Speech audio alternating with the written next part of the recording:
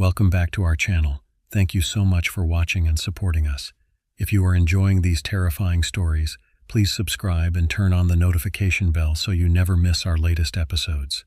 Today we are bringing you a story about one of the most terrifying creatures in Native American folklore, the Skinwalker, a supernatural entity with the ability to shift its form and disguise itself as human. It hides in the darkness of remote places, waiting for its next victim. If you are ready to hear a true account of a horrifying encounter with this malevolent being, stay with us. Some places call to you, not with words or invitations, but with a pull so quiet and so persistent that you do not notice it until you are already committed. Talkeetna, Alaska, was one of those places. I learned that truth too late to change our course.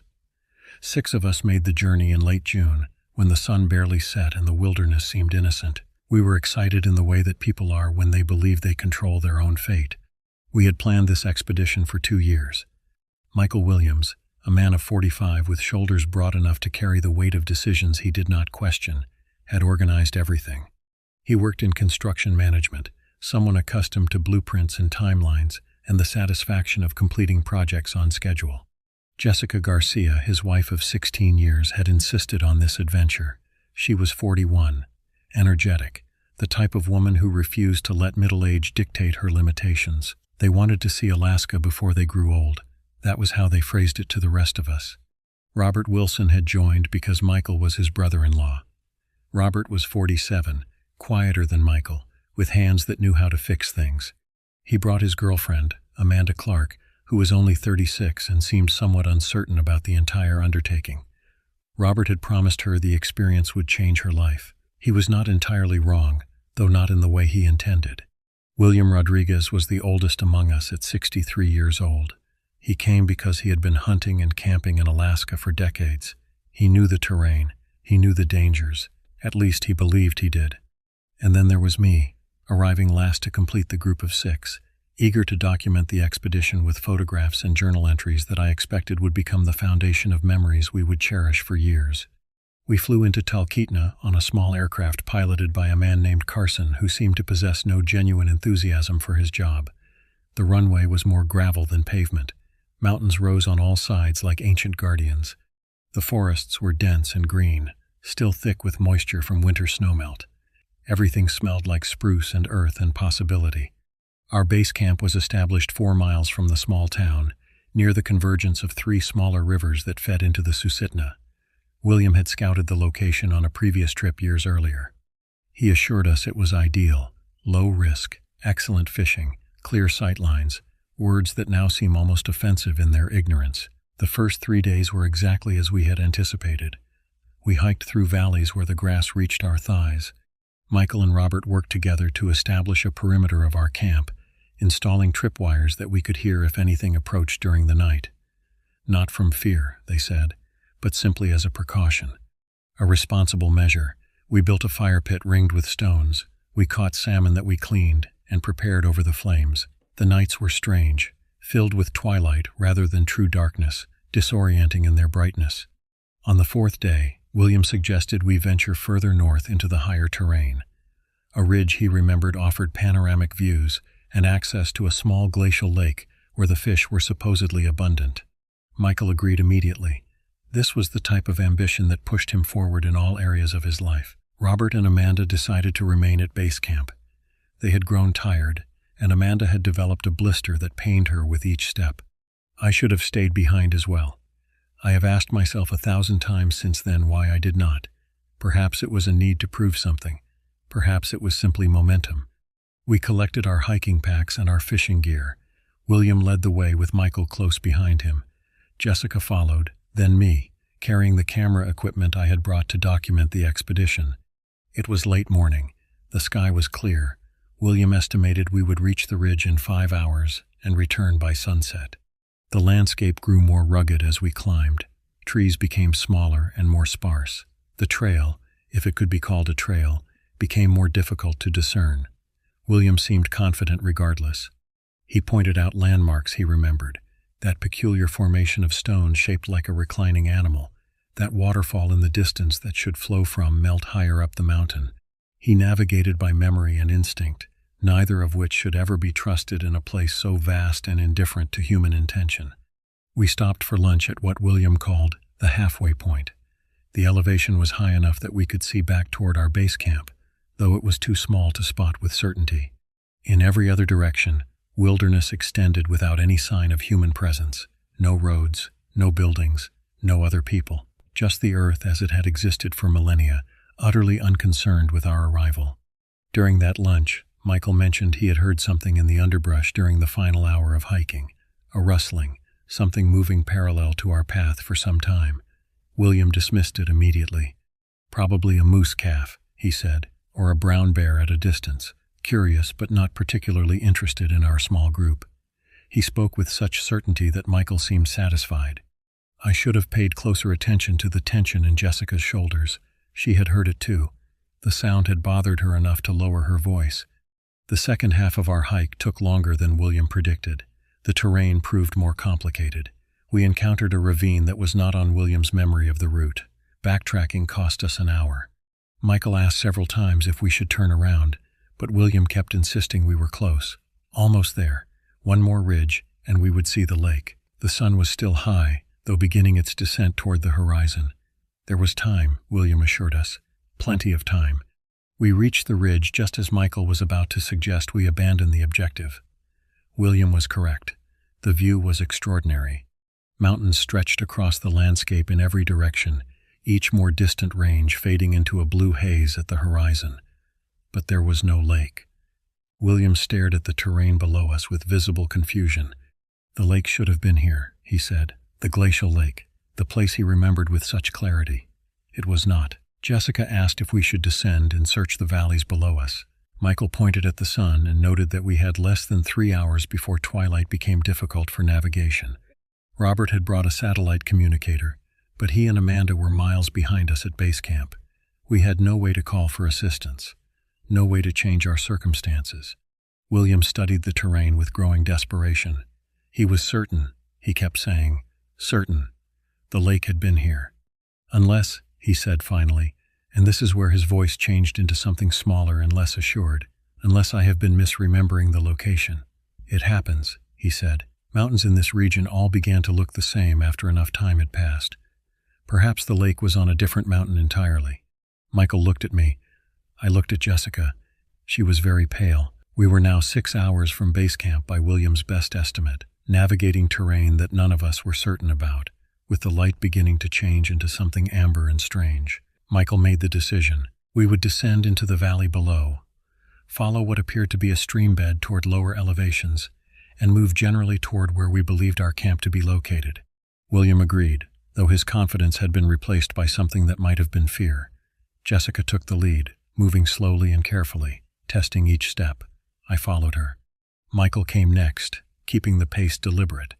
William brought up the rear, still scanning the terrain as if the lake might appear if he only looked in the right direction. That is when we heard the sound for the first time, high and clear and wrong in a way that none of us could articulate. Not quite a howl, not quite a scream. Something between an animal call and a human voice forced through a throat not designed to produce such a sound. It echoed off the mountains and seemed to come from everywhere and nowhere simultaneously. William said it was a wolf. Wolves hunted in packs, but a lone call was not unheard of. We should continue moving and make no sudden movements. We should remain quiet. We should not run. All of these things he said with the tone of someone following a script he had memorized but no longer believed in. Michael asked how far away the sound had originated. William did not answer. Jessica walked faster. I could hear her breathing increasing in tempo. The valley had begun to shadow as the sun moved behind the western peaks. The temperature was dropping. We still had several hours of usable light, but something had changed in the quality of the day. Something had changed in the atmosphere that we breathed. The sound came again, closer this time, but still from a direction that seemed to shift between each hearing. Below us and to the east. No, to the west. No, above us on the ridge we had just descended. William stopped walking and turned around completely, his face a mask of concentration. He was listening to something we could not hear. "This is not a wolf," he said finally. His voice was barely audible. "I do not know what this is." We walked for another hour without stopping, without rest, driven forward by an urgency that none of us dared to name aloud. The shadows grew longer. The light became amber, then orange, then something approaching red. The temperature continued to drop. Our breath became visible in front of us. Our pace increased without conscious decision, becoming almost a run as we descended through the valley. Michael wanted to establish a camp, find high ground with clear sight lines and wait for morning. But William was insistent now with a kind of desperate certainty that was almost worse than his earlier confusion. We had to reach lower elevations. We had to find the river. The river would lead us home. There was something wrong in this place, something that should not be here. In 50 years of camping and hunting in Alaska, he had never encountered anything like what we were hearing. I had taken photographs earlier in the day with genuine joy, capturing the landscape with all of its terrible beauty. By this point, the camera had become a weight I could no longer justify carrying. I considered leaving it behind, but some irrational part of my mind could not let it go. Perhaps proof of what we were seeing would be necessary. Perhaps no one would believe us otherwise. As twilight finally settled into something approaching true darkness, we reached the river that William had been seeking. It was rapid and cold and very wide. The sound we had been hearing seemed to come from the forest behind us now, moving parallel to our position, matching our pace. William said we had to cross. The other side would be safer, though he did not explain why. Nothing about this night would be safe, but the river felt like a boundary, at least in William's mind. A threshold between the territory where the thing hunted and the territory where we might find sanctuary. Michael said the river was too fast. We would be swept away. Amanda was not here to confirm whether she could swim. Robert was not here to assist. Jessica agreed with Michael. We should climb into the trees and find the highest point we could reach, establish a camp, and wait for the morning light. We could reach base camp by midday if we had any visibility at all. William did not argue. He seemed to have withdrawn into himself, conserving energy or will or hope for whatever was to come. We pushed into the spruce forest that bordered the river and climbed as high as the terrain permitted. Michael and Robert used their climbing skills, though no actual climbing was required, to select a location where 4 large trees grew close enough together that we could position ourselves with our backs toward the trunks and clear sight lines in all other directions. We did not build a fire. William said that fire attracted attention. This was the point where we should have retrieved the satellite communicator and called for extraction. But we did not have it. It was in Robert's possession at base camp. We had brought nothing but what we carried in our personal packs, food enough for one night, water, minimal shelter, and the faith that we would not need more than that to survive. The sound did not come again for several hours. We sat in the growing darkness, not speaking, barely breathing. Jessica held my hand at some point during that vigil. I have no memory of her taking it, but I became aware that she was holding my hand with a grip so tight that the circulation began to fade from my fingers. I did not pull away. The pressure was perhaps the only certain thing in a night that had become increasingly unreal. Around what we estimated to be 2 or 3 in the morning, the temperature dropped so severely that frost began forming on the ground despite the season being summer. This was wrong, deeply and fundamentally wrong. Even William acknowledged it. In his entire life in Alaska, he had never experienced summer frost at this elevation. The sky remained clear. The stars were visible above us in their thousands, but the cold was absolute and increasing. That is when we saw it, not clearly, not in a way that would allow any of us to provide a detailed description that would satisfy skeptics. But we saw something moving through the tree line, still distant, still keeping its distance from our position. The shape was vaguely canine, but wrong in its proportions. The legs were too long, the body was too thin. The posture, when it moved from shadow to shadow, suggested something that was not quite walking but was using the mechanics of a walk that belonged to a creature with a different skeletal structure. Michael reached for a piece of wood, a thick branch, and held it as if it might serve as a weapon. It would not. None of us believed it would. But the gesture provided comfort of a kind, something to hold, something to do with our hands. William whispered something about skinwalkers, that they were creatures from the old stories, things that should not be real, things that hunted in these remote places far from any human settlements. He said that they could take the shape of animals, they could mimic voices, they could be mistaken for anything if you did not look too closely or if you did not know what to look for. Jessica told him to stop. She did not want to hear stories. She wanted him to explain how to survive what was happening, what was actually happening, not folklore or superstition. William could not answer. He had no answer. None of us did. The thing circled our position throughout the remainder of that night. We could track its progress by sound, by the displacement of branches, by the strange reverberations it created in the forest around us. The temperature never rose above freezing. Our breath filled the small space we occupied. Our hearts beat in rhythms that felt too rapid to be sustainable. And as the first light of dawn finally began to bleach the sky from black to dark gray to something approximating blue, the thing disappeared, simply ceased to be present. The weight of its attention lifted. The temperature began to rise. The dawn proceeded as if it were a normal Alaska morning in summer, filled with light and warmth and the ordinary sounds of birds beginning their daily routines. We did not speak for a long time after that. We simply sat where we were and let the morning happen around us. Michael was the first to move, standing with obvious stiffness and pain in his muscles and joints. William remained seated, his eyes distant and focused on something none of the rest of us could perceive. Jessica began to cry, silently at first, then with a kind of desperation that suggested she was releasing something that had been gathering pressure inside her throughout the entire night. I took photographs of the forest around us in the morning light, documenting the landscape that had harbored something that should not have been real. The trees were ordinary, the ground was ordinary. There was no sign of anything extraordinary having occurred. No tracks, no evidence, just the crushing ordinariness of nature, indifferent and unchanging. We gathered our things and prepared to hike back to base camp.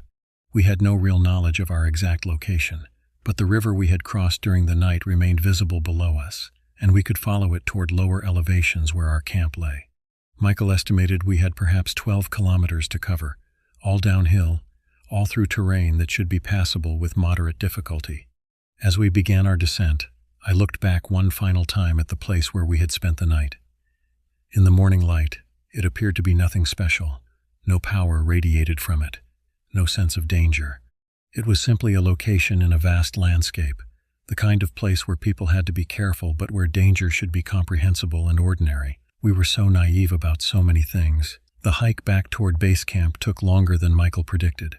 Our bodies were exhausted. The lack of sleep combined with the exposure to cold had left us weakened and susceptible to the exertion that the terrain demanded. William led the way with mechanical precision, following the river's course downward with the focus of someone determined to complete a task, regardless of cost. Jessica and I walked together.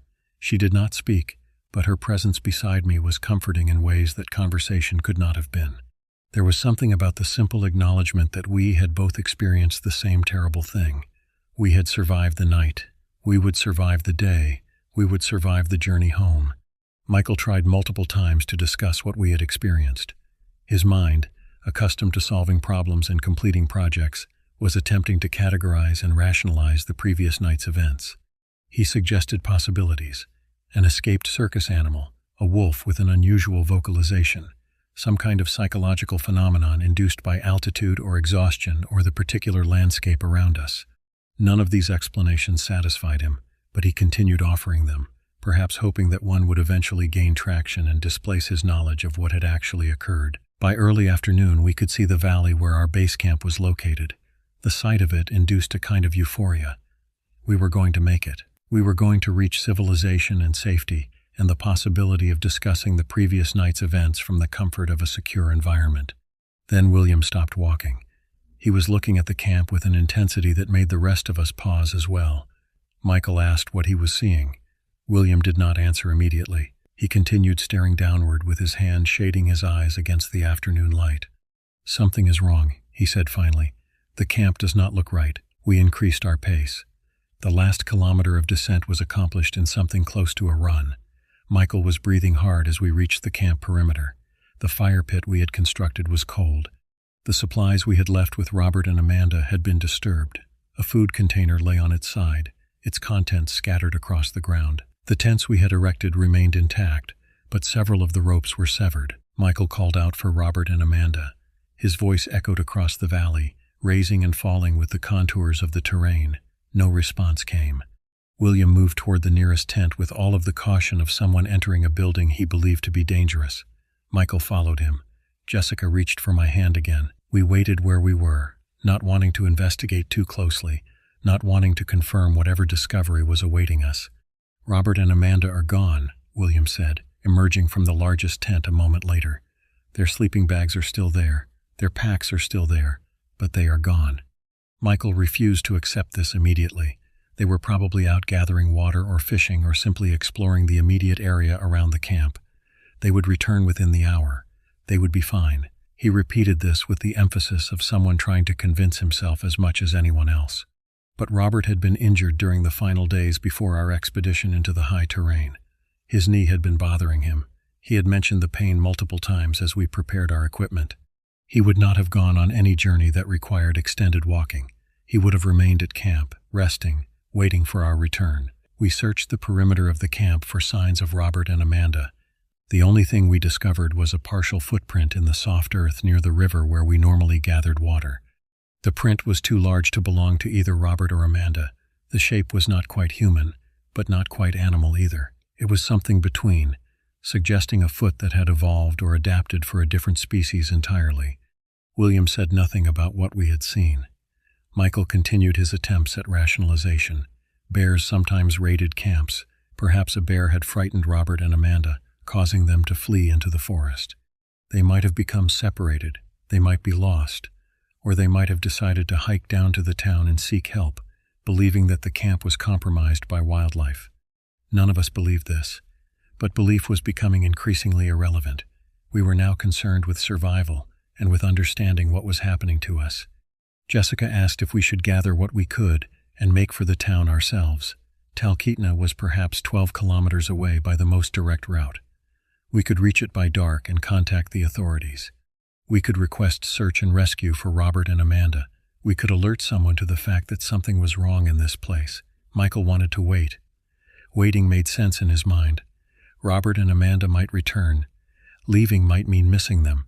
Leaving might prevent us from helping them if they were injured and returned to camp searching for assistance. I suggested a compromise.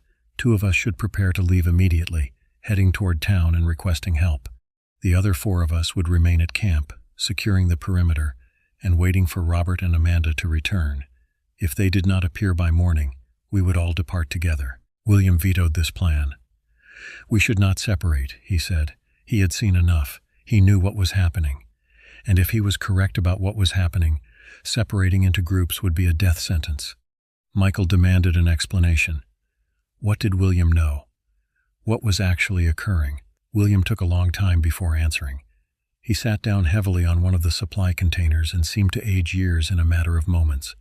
"In 1982, he said finally, he was hunting in the Brooks Range, far to the north.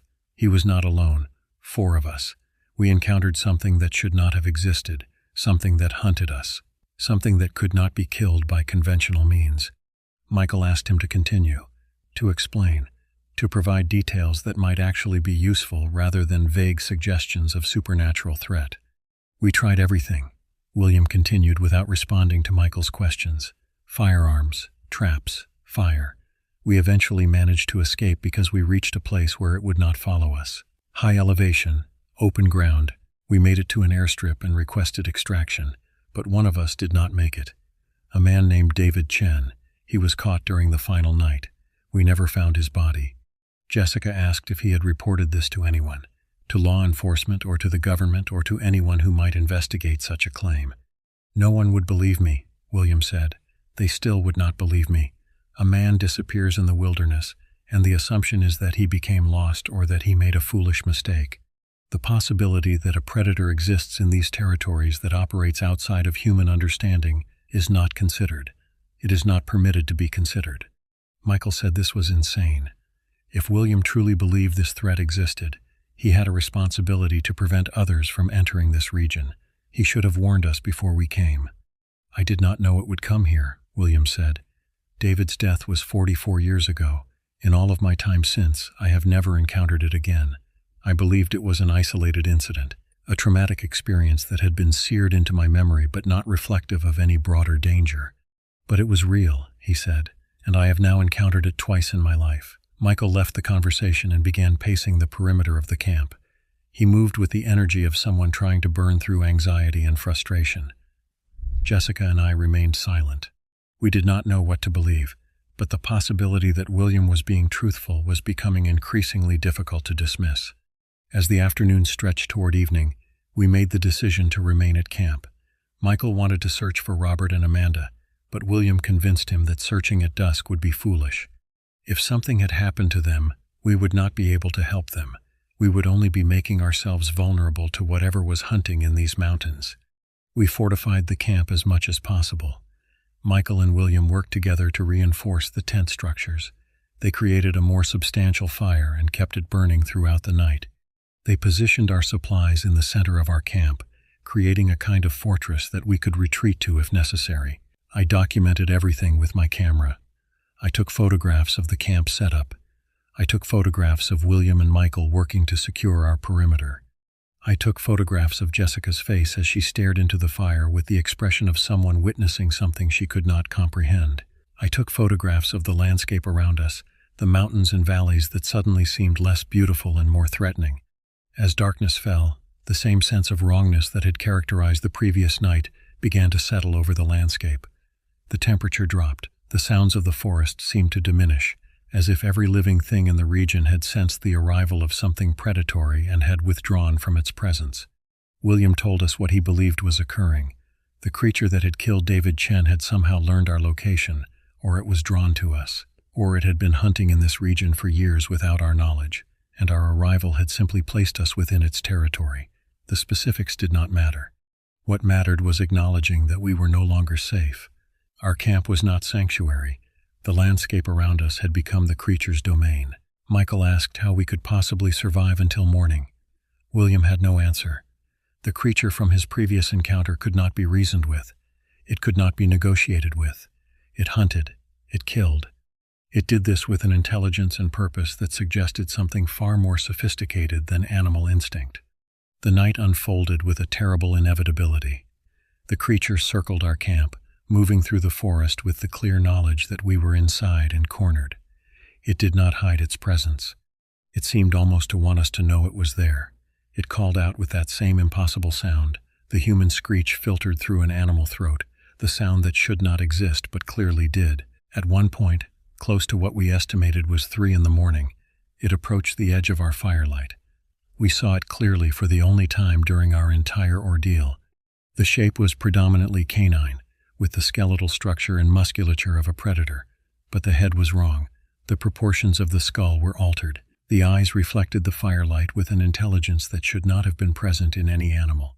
The fur was matted and dark, and there were patches of what might have been human skin visible beneath it, as if the creature was not entirely committed to the form it was wearing, or as if the human and animal components of it were visible at the same time.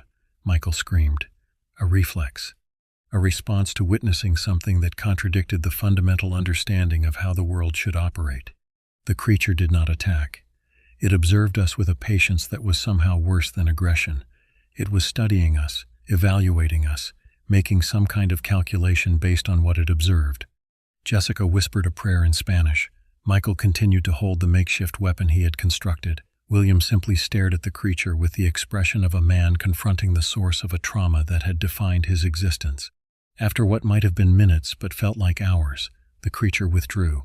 It moved backward, away from the firelight, and disappeared into the darkness from which it had emerged. But its presence remained. We could feel it surrounding our camp, circling, waiting with the patience of something that did not experience time the way humans do. As dawn approached, I noticed something that had not been apparent in the firelight. There was blood on the ground near the edge of our camp. Not animal blood, but human blood.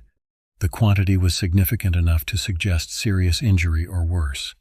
We did not investigate the source of the blood. We already knew what had happened. Robert and Amanda were dead. They had been killed during the previous night by the thing that was hunting us. Michael began talking about how we were going to kill it.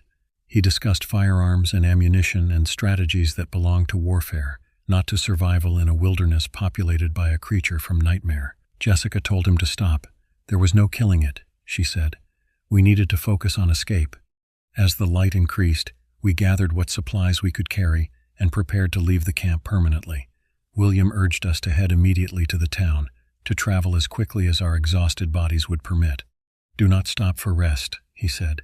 Do not deviate from the most direct route. Do not look back. Michael wanted to mark the camp somehow, to leave information about Robert and Amanda in case search and rescue teams arrived. He said their families deserved to know what had happened, but William was adamant. There was no time for markers or messages. There was only survival.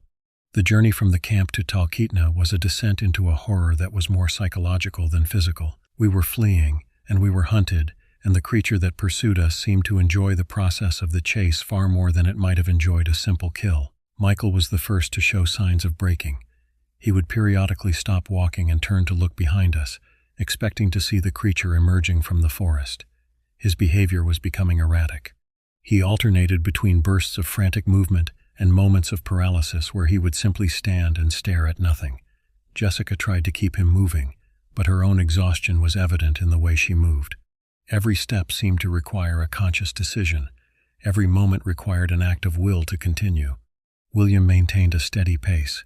He moved with the focus of someone who had decided that falling would mean death, and therefore he would not fall. He did not speak. He did not acknowledge our suffering. He simply walked. I documented the journey with my camera until my hands became too cold to manipulate the shutter correctly. I took photographs of the trail behind us. I took photographs of William's back as he moved through the landscape. I took photographs of the sky, which had begun to cloud over in the afternoon, suggesting rain before nightfall. And then I simply stopped taking photographs. The images seemed inadequate to the magnitude of what we were experiencing. No photograph could capture the wrongness of being hunted by something that should not exist. The forest seemed to resist our passage. Branches caught on our clothing. The terrain became increasingly difficult to traverse. Streams that should have been easily crossed became obstacles that required careful navigation. It was as if the landscape itself was working against us, or as if the presence of the creature was altering the fundamental nature of the environment. Around midday, we found evidence of Robert and Amanda.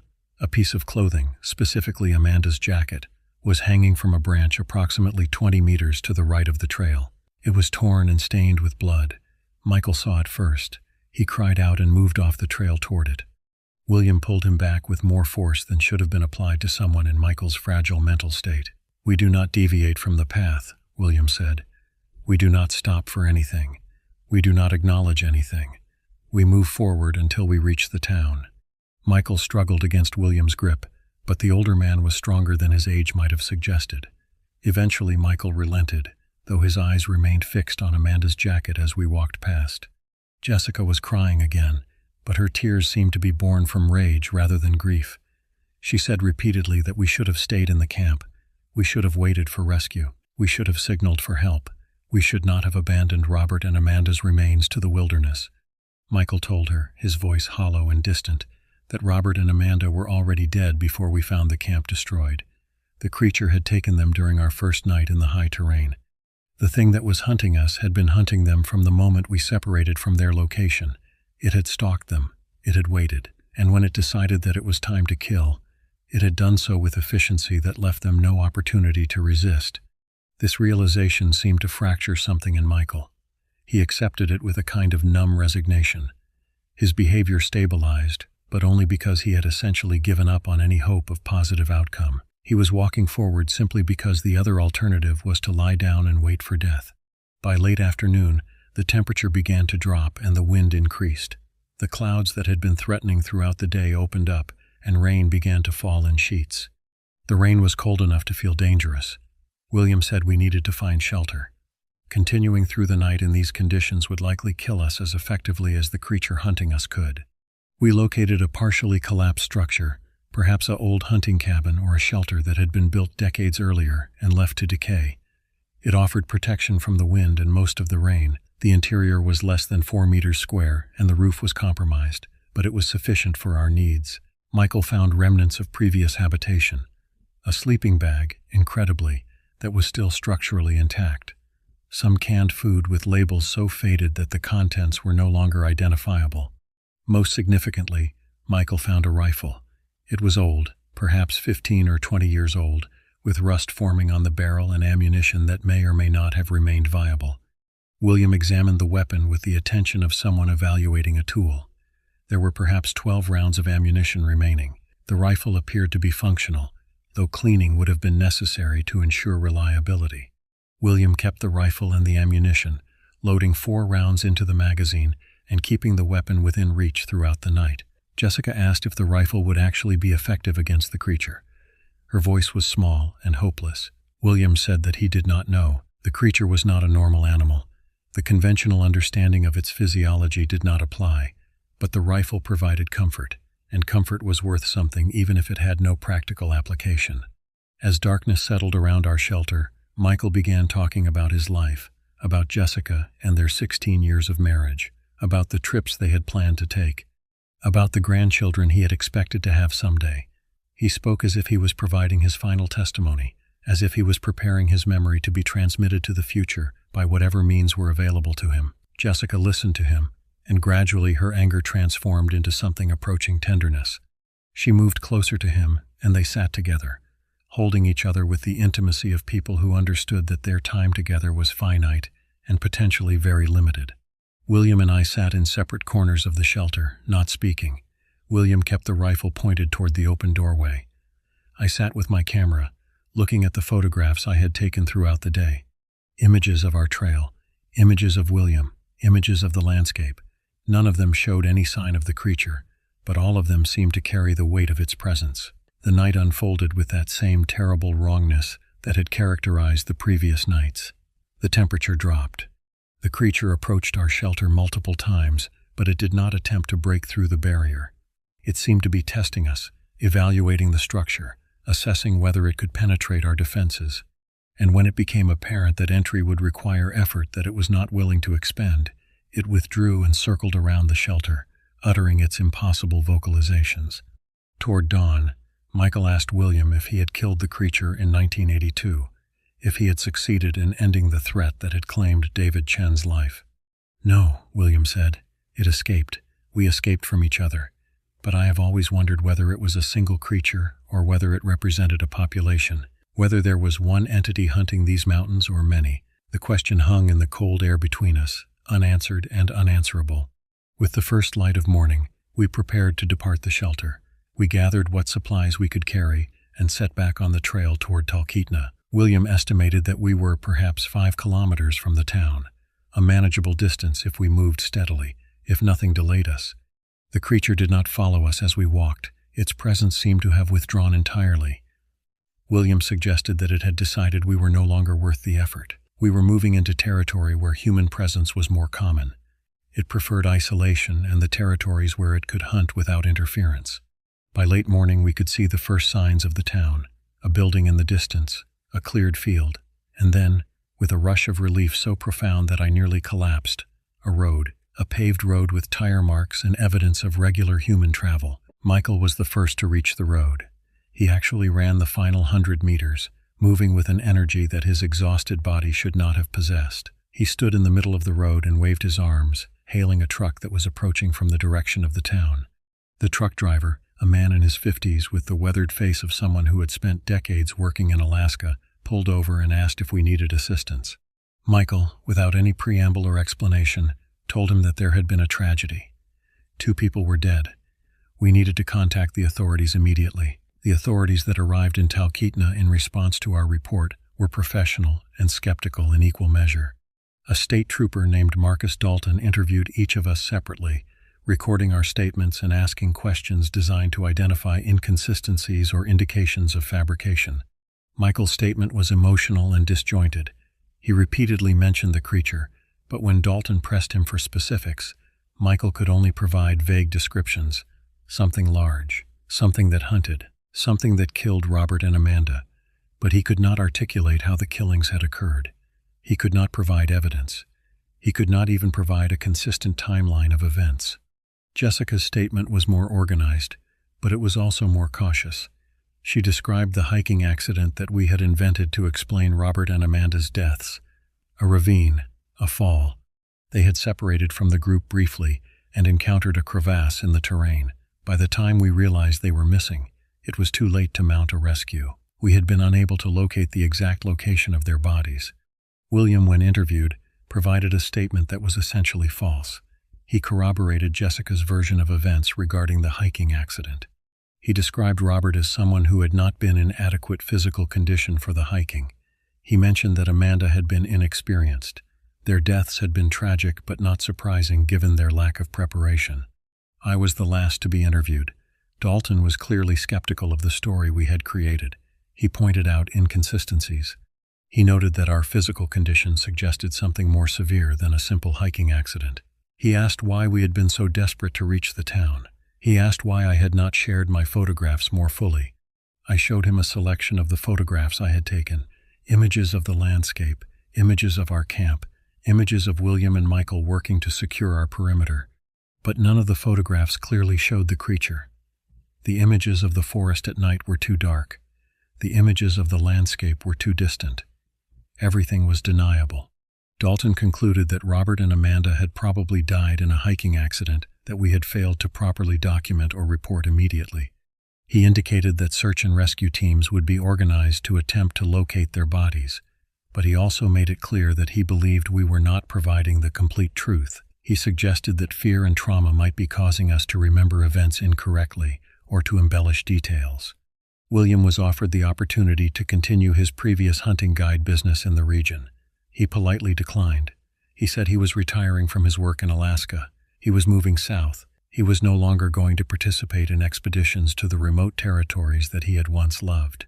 The search and rescue operations that followed our report never located Robert and Amanda's bodies. Searchers covered the terrain where we described the accident occurring and found nothing.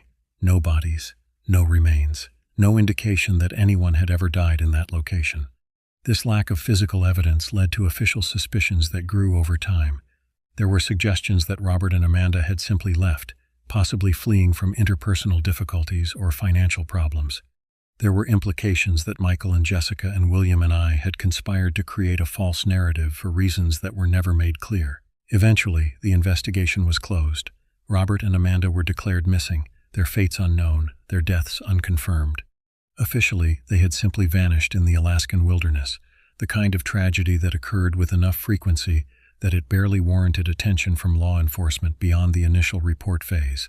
Michael's mental health deteriorated over the following months. He could not sleep. He could not work. He developed an obsession with researching the creature that had hunted us, though he could not articulate these concerns to anyone without appearing delusional. Jessica tried to help him, but his descent into trauma was too steep and too rapid for her to arrest. By autumn, Michael had attempted to take his own life. The attempt was unsuccessful, but it resulted in his commitment to a psychiatric facility where he remains to this day, still insisting that what we experienced was real. Jessica initially blamed me for not doing more to help Michael, but eventually she came to accept that the trauma we had experienced was beyond the scope of conventional treatment or comfort. She left Michael. She moved to another state. She began a new life separate from the person who had shared her years. I do not blame her.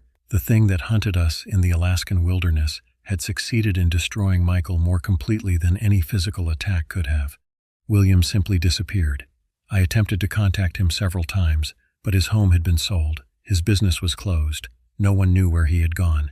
I sometimes wonder whether he simply could not bear the knowledge of what he had allowed to happen by bringing us to that place. Whether the guilt of having essentially introduced us to that creature was something he could not survive. As for me, I spent years trying to convince myself that we had imagined the entire experience. That trauma and exhaustion and the isolation of the Alaskan wilderness had created a shared hallucination that had felt absolutely real, that there was a rational explanation for everything that had occurred. But I kept the photographs, and I kept the knowledge that I had seen something that should not exist. 5 years after our expedition to Talkeetna, I received a letter. The return address was a post office box in Anchorage. There was no name on the envelope. Inside was a single piece of paper with a message written in handwriting that I eventually recognized as William's, though it was shaky and the letters were formed with obvious effort. The message stated only one thing: it is still there. I have monitored reports from that region for the past 5 years. People continue to disappear in the territories surrounding Talkeetna: hikers, hunters, campers, individuals who venture into the remote areas and do not return. The disappearances are isolated enough that they do not form a pattern that draws significant attention, but they are occurring with regularity that is anything but random. I did not receive another letter from William. I have no idea where he is or what became of him. I assume that his monitoring of the disappearances consumed him until he could no longer maintain any kind of functional existence. Perhaps he is still watching. Perhaps he is still recording the deaths of people who enter the territory where the creature hunts. I have spent these past years attempting to live a normal life, but the knowledge of what we encountered has never left me. Every sound that seems out of place makes me alert to danger.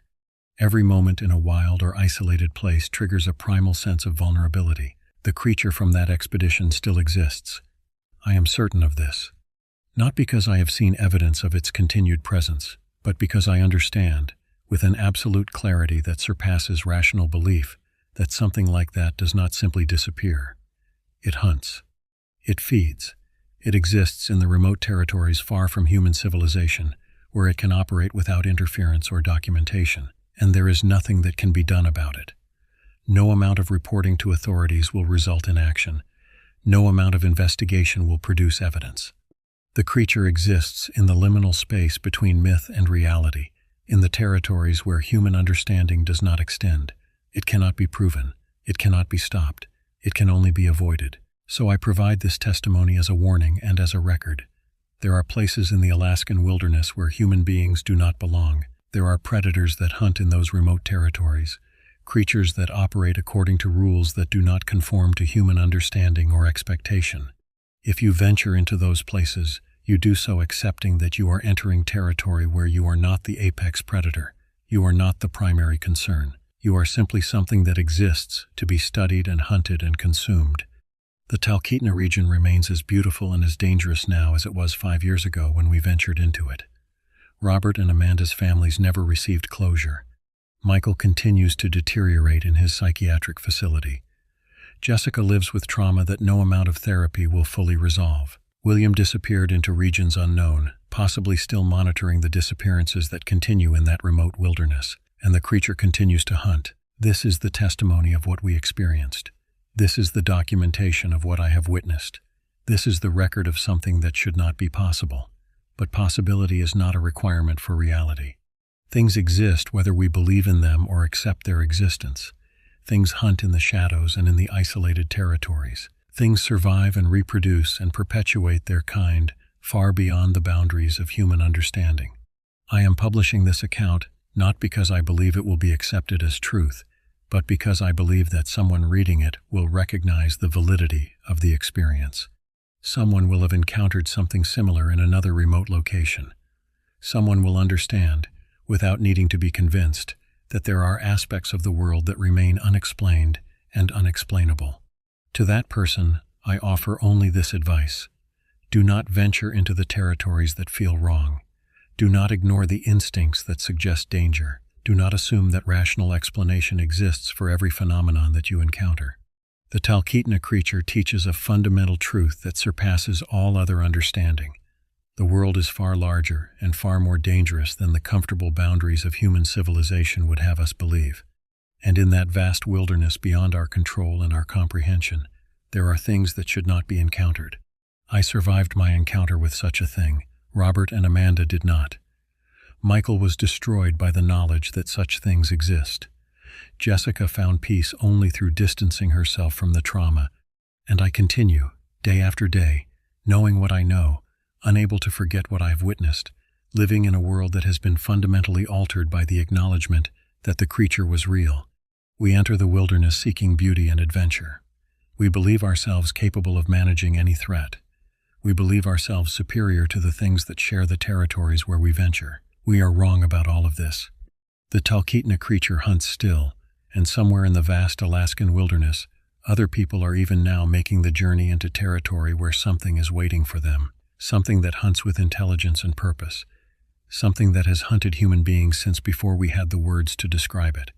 And they will discover, too late, that there are aspects of the world that do not conform to human understanding, and they will become part of the pattern of disappearances that extends back through time and forward into an unknowable future. This is my testimony. This is my warning. This is what I have learned from having survived an encounter with something that should not exist.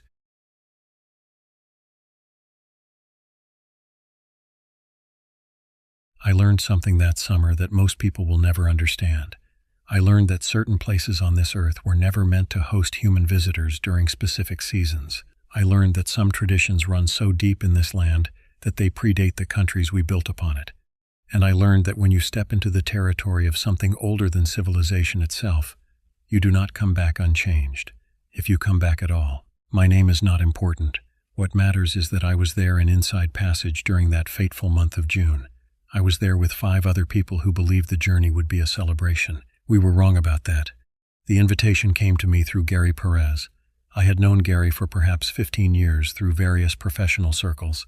He was the kind of man who cultivated connections everywhere he went.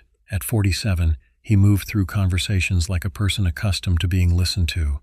He approached me at a networking event in Seattle and extended the proposition with the casual confidence of someone who assumed I would jump at the opportunity. Inside Passage, he said. 6 people, 1 month. Hunting, fishing, hiking through pristine territory that most tourists never reached. He had already secured permits. He had contacts with local guides. The cost would be split evenly among the group. I should have asked more questions. I should have declined. Instead, I found myself agreeing. The group assembled slowly over the following months. There was Jason Adams, a man of 56 with the weathered appearance of someone who spent his life outdoors. He owned a construction company and had retired early enough to pursue his passion for wilderness expeditions. Julie Nelson was 44, a successful property developer from Vancouver with sharp eyes and sharper instincts. She had done this sort of thing before and spoke about it with the tone of someone recounting routine activities. Ryan Carter arrived next. 33 years old, he worked in tech but harbored the kind of hunger for genuine experience that people who spend too much time online seem to develop. He was athletic in that careful, gym-cultivated way. He brought expensive gear and the determination to get his money's worth from it. Sharon Mitchell was perhaps the most interesting among us. At 60 years old, she seemed ageless in a way that came from constant physical activity rather than from any medical intervention. She had hiked the Appalachian Trail twice. She had trekked through parts of the Himalayas that required permits and guides. She spoke about nature with genuine reverence and listened more than she talked. Gary Perez rounded out our expedition as the organizer and the man who had secured the location. He was confident in his planning. He had maps. He had lists. He had contingencies for contingencies. I should have paid more attention to his hesitation when I asked him one question before we departed. I asked him if anything unusual had ever been reported in this particular stretch of Inside Passage. I asked if locals had mentioned anything. I asked if the territory was safe. Gary paused for a long moment. Then he assured me that we would be fine. He assured me that he had done his research. He assured me that this was the opportunity of a lifetime. What he did not tell me was that he knew more than he admitted. I found this out later, after everything changed. The flights to Alaska seemed ordinary. The small plane that carried us from Juneau to the remote outpost near our base camp was piloted by a man who did not offer conversation.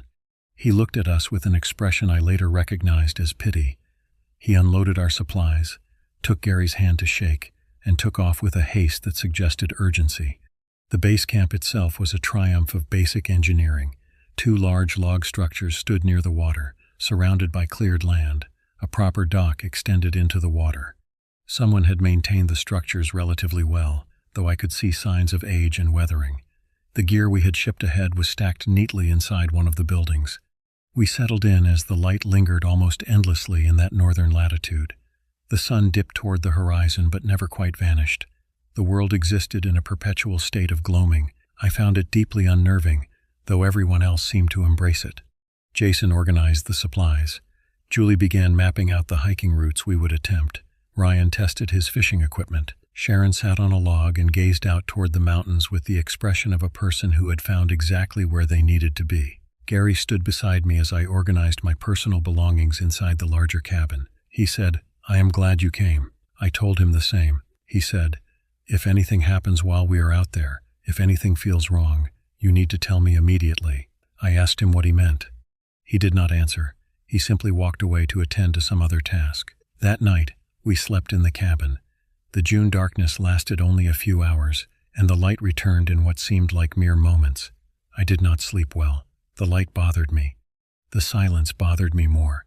The landscape surrounding us, so vast and untouched, seemed to breathe with a presence that was not quite hostile but was certainly not welcoming. I lay awake and listened to the others sleeping around me.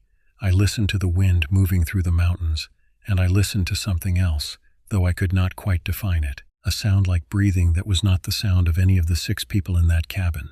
By morning I was exhausted, but we had a schedule to maintain. We had objectives to meet. We gathered our hiking supplies, checked our communication devices, and prepared to venture into the territory beyond the base camp. Jason led us into the forest with the confidence of a man who had done this countless times before. Julie checked her map every half hour. Ryan documented everything on his camera. Sharon walked with a meditative peace that I envied.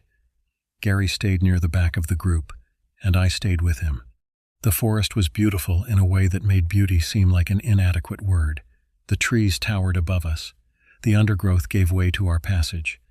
The air tasted clean and ancient, and underneath it all there was something else, something that my instincts registered as wrong, though I could not articulate why. We walked for 6 hours. We saw no animals. We saw no other signs of human presence. We saw no indication that anything had disturbed this wilderness for a very long time, but we were being observed. I was certain of it by the time we turned back toward the base camp. I could not see anything.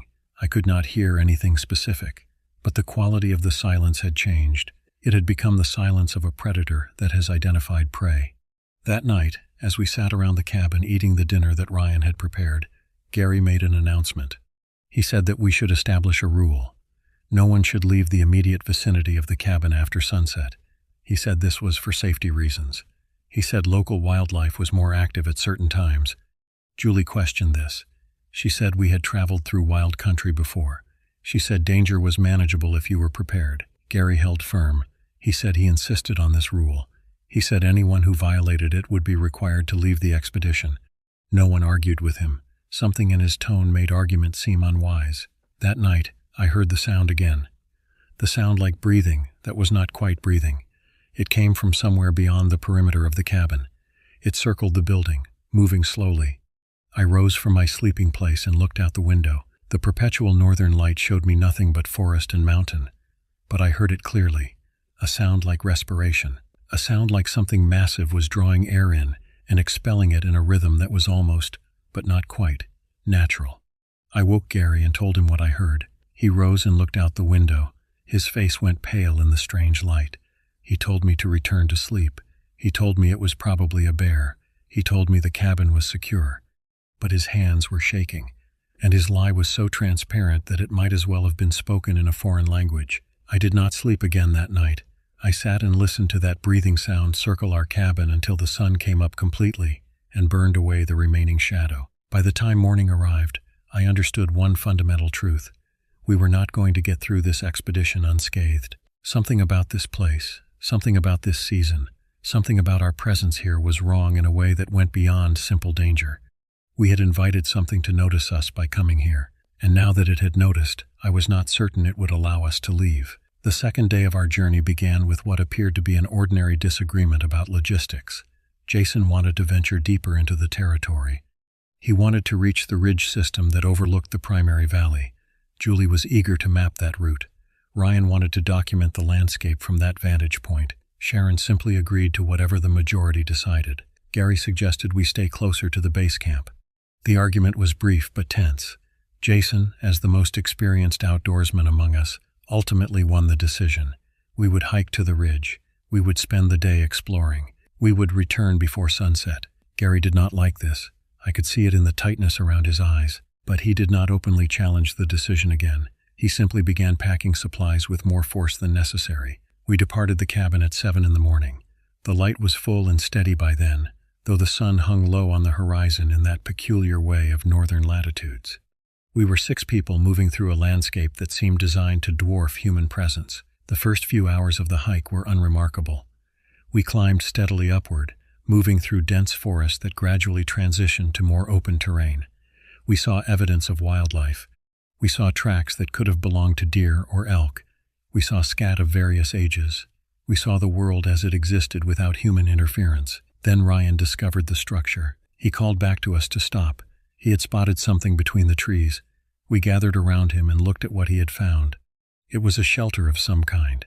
Not a natural cave, but something constructed with intention. The walls were built from stones stacked with purpose. The roof, if it had ever had one, was long gone. But the structure itself was old, genuinely old. This was not something built in the last few decades. This looked like something that had been standing for generations. Julie began photographing it. Jason examined the construction technique. Ryan wondered aloud about who might have built it and why. Sharon stood apart from the group, and I saw her expression shift. Her peaceful demeanor had changed into something that looked almost like recognition. I asked her if she knew what this was. She said, "This is not something we should disturb." I asked her what she meant. She did not answer. She simply turned and walked further up the path. Gary was staring at the structure with an intensity that suggested he had expected to find it. When I caught him looking at it, he turned away quickly. I asked him if he knew about this place. He said, "We should not stay here. We should keep moving." But Julie wanted to investigate further. She entered the stone structure and began examining it more closely. She called out observations about the construction. She asked if anyone recognized the style. She was excited in the way of someone discovering something previously unknown. Jason joined her inside the structure. Ryan took photographs from every angle. I stood outside with Gary and Sharon. Sharon said quietly, "This is a power place." The old people who lived here understood that. The structures they built were built to mark territory, to warn, to keep things that should not be entered from entering. I asked her what kind of things. She said, "The kind that walk on two legs but are not people." Before I could ask her to elaborate, Julie screamed from inside the structure. All of us moved toward the sound immediately. Jason emerged first, pulling Julie behind him. She was pale and shaking. She pointed to something on the inner wall of the structure. What she had discovered was a mark, a handprint, to be precise, but not a human handprint. The fingers were too long, the palm too wide, the proportions all wrong, and it was not recent. The mark seemed to have been pressed into some kind of dried mud or clay that had aged significantly. But the mark was clear enough that there could be no mistaking what had made it. Ryan said, "What kind of animal has hands like that?" No one answered him. Julie said, "That looks almost human." But not quite. Jason said, "We need to get back to the base camp, now." For once, no one argued with him. We gathered our supplies and began the hike back down the mountainside. The atmosphere of the day had transformed completely. What had felt like an adventure now felt like an intrusion. What had seemed welcoming now seemed ominous. The hike down took longer than the hike up. We moved carefully, checking our footing, avoiding unnecessary noise. We did not talk much. The only sounds were the sound of our footsteps and our breathing. And underneath those sounds I began to hear something else. A sound like something large moving through the forest parallel to our path. A sound that seemed to be keeping pace with us. A sound that retreated when I turned my head to look, and then returned when I faced forward again. By the time we reached the base camp, the light had changed. The sun was approaching the horizon. The shadows were lengthening. The perpetual daylight that had seemed so strange to me now seemed like the only thing standing between us and absolute darkness. Gary immediately began securing the cabin. He checked the locks on the windows and doors. He gathered everyone inside and locked the door behind us. I asked him what was happening. He said, "That structure was a marker. It was placed there centuries ago to mark the boundary of something. We should not have gone past it." I asked him past what boundary. He said, "The boundary of their territory." I asked him who they were. He said, "If I told you, you would not believe me. If I told you, it would only make things worse. What I can tell you is that we have attracted attention, and once you have attracted the attention of something like that, there are only certain ways the situation can resolve." Julie said, "You knew. You knew something was wrong with this place before we came here." Gary did not deny it. He said, "I had theories. I had research. Some of the people who come here in the summer, they disappear. Not all of them, not even most of them, but some of them simply vanish. No bodies, no signs of struggle. They just do not return from hikes." Sharon said, "The stories are real." Gary nodded. He said, "The Tlingit people who lived here before white people came, they understood this territory. They knew what lived here. They built those structures as warnings. Most of them are hidden. Most people who hike this region never find them. But the ones who do find them, the ones who cross the boundary that the structures mark, they attract something." Ryan said, "What kind of something?" Gary was quiet for a long moment. He said, the kind of something that can change shape, the kind of something that can move through the forest without making a sound, the kind of something that has been hunting in these mountains long before we had a country to call our own, the kind of something that does not appreciate trespassers. Julie said, "You are describing a myth. You are describing a story told to children to keep them away from dangerous places." Gary said, "Am I?" He opened one of his bags and removed a folder filled with printed pages. He spread them out on the table in front of us. They were newspaper articles. They were dated from various years spanning the last 30 years. They described missing persons cases, people who had gone hiking in Inside Passage or the adjacent regions and simply never returned. The details varied, but the pattern was consistent. Someone would come to this region to hike or hunt. They would venture into certain areas, and they would vanish. In 3 of the articles, there were photographs. They showed groups of people before they departed on their expeditions. In each photograph, I noticed something peculiar. In each photograph, in the background or on the edge of the group, there was a figure that seemed slightly out of place. The figure appeared human, but something about its posture or its proportions seemed wrong. In one photograph, the figure's shadow did not quite match the position of its body. I asked Gary if he had noticed this detail. He said, "I noticed it. After I started collecting these articles, I began examining them carefully. These photos were taken before the expeditions departed. None of the people in these groups remembered anyone matching that description being present. But the cameras captured it. The cameras saw what was watching them." Sharon said, "It was already with them. It was already part of the group before they even left civilization." Gary nodded. He said, "That is my theory. That is why I insisted on the rules about not being out after sunset. That is why I wanted us to stay close to the base camp. I was hoping that if we stayed visible to each other, if we stayed in groups, if we did not venture past certain boundaries, we might be able to complete this expedition without incident." Julie said, "But we crossed one of those boundaries today." Gary said, "You did. All of you. When you went past that stone structure, when you left the marked territory and entered the unmarked territory beyond it, you crossed into the area that it controls." I asked him how he knew the structure marked a boundary. He said, "Because I researched, because I talked to people who grew up in this region, because I saw patterns in the disappearances. This is not theoretical for me. It is not a hobby. It is research that I have spent years pursuing." Ryan said, "So what happens now?" Gary said, "Now we hope. We hope that it does not consider us a direct challenge. We hope that we can exist in its territory for 1 month without provoking a direct confrontation. We hope that when we leave, it allows us to leave." Jason said, "And if it does not?" Gary said, "Then 1 or more of us will not make it off this mountain." The cabin fell silent. Outside, the light continued to fade. Inside, we sat in the glow of the lanterns we had lit, and we understood that the expedition we had planned as a celebration had become something far more serious. That night, I stood watch while the others slept. I did not have anyone to relieve me, and I did not sleep. I sat by the window, and I listened to the sounds of the forest, and I heard it clearly now. The breathing sound, the sound of something massive and patient moving through the darkness beyond the reach of our light, and I began to understand that Gary had known all along. He had brought us here deliberately. He had exposed us to something because he was searching for something, or searching for answers to something that had driven him to this point. I resolved that I would confront him in the morning about this realization. I never got the chance. The next morning, Gary was gone. We discovered this when Julie rose early to prepare breakfast. She found his sleeping place empty. His bag was gone. His supplies were gone. A note was left on his pillow, addressed to all of us. The note read, "I have gone to make contact. I am attempting to establish communication and understanding. Do not come looking for me. Do not venture out of the designated safe zone around the cabin. I will return within 2 days. If I do not return within 2 days, follow the protocols in my detailed instructions, which I have left in the sealed envelope in the locked drawer of the front desk. Trust no one who arrives at this base camp. Trust no one who claims to be rescue personnel. Trust no one except each other, and trust carefully." Jason read the note twice, then crumpled it in his fist. He said, "He has abandoned us. He has left us here with some kind of predator, and he has gone off into the wilderness alone." Julie said, "Or he has gone to do whatever it is he actually came here to do. This was never a camping trip. This was always something else." Sharon said nothing.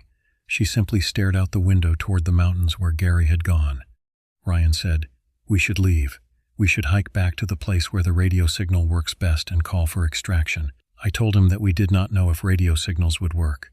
I told him that Gary had the emergency satellite phone. I told him that attempting to leave might be exactly what would provoke an attack. Julie said, "From what? From what Gary was describing? Because I am still not convinced that what he described is real. I am not convinced that anything more dangerous than bears inhabits this region." I asked her to explain the handprint in the structure. She said, "It was an old mark. It could have been anything. It could have been a psychological artifact. We were primed to see something unusual, and so our minds created something unusual from ambiguous evidence." But her voice lacked conviction. She did not truly believe what she was saying. That day, we maintained a holding pattern. We stayed near the cabin. We did not venture far from the site of the buildings. We tried to maintain normal routines, but normality had become impossible. The presence that I had sensed moving through the forest since our first arrival had become palpable. It was not attacking. It was not threatening directly, but it was there. It was observing. Jason kept his rifle close. He said he wanted to be prepared if something approached. No one objected. As the light cycle continued its endless movement, with sunset coming late in the evening and sunrise coming early in the morning, we did our best to occupy ourselves. We ate. We slept in shifts. We did not stray far from the cabin, but the observation continued. Sometimes I would catch movement in the trees at the edge of the cleared area, but when I looked directly at the location, there was nothing. Sometimes I would hear a sound like something large moving through the undergrowth, but there was never anything visible. By the evening of the second day, we were all sleep-deprived and frightened. Gary had not returned. There was no sign of him. There was no communication from him. Julie wanted to leave. She wanted to hike back to the communication point and call for help. Jason opposed this. He said the danger was greater during movement than during stationary defense. Sharon said, "It is not attacking because it does not need to attack. It is studying us. It is learning our patterns. It is waiting to see what we do, and it is deciding which of us poses a threat and which of us does not." I asked her how she knew this. She said, "Because this is how intelligent predators behave. And whatever is out there, it is intelligent. It is very intelligent." Ryan said, "We are trapped." No one disagreed with him. That night I heard the breathing sound move right up to the wall of the cabin. It circled the building. It seemed to pause at each window as if examining us through the glass. I pressed my eye to the window and tried to see what was creating that sound. For just a moment I saw something. It was standing at the edge of the light from our lanterns. It appeared almost human in its general shape. It stood upright. It had a recognizable body structure, but its proportions were wrong. Its limbs were too long. Its head was tilted at an angle that no human neck could achieve, and its face was obscured by shadow. But its eyes were visible. Its eyes caught the light from our cabin, and they reflected that light back at me with an intelligence that was undeniable. Those eyes were watching me watch it. And in that moment of mutual observation, I understood that this thing was aware of each of us individually. It was not a mindless predator. It was something that could think, something that could plan, something that was deciding what to do with us. I stepped back from the window, and the figure retreated into the darkness. I told the others what I had seen. Julie said I was hallucinating from lack of sleep.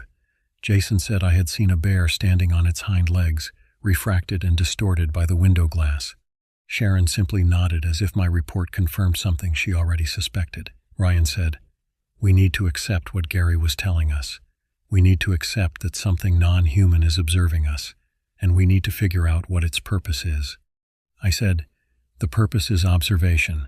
The purpose is selection." Sharon said, "The purpose is understanding if any of us can see it clearly.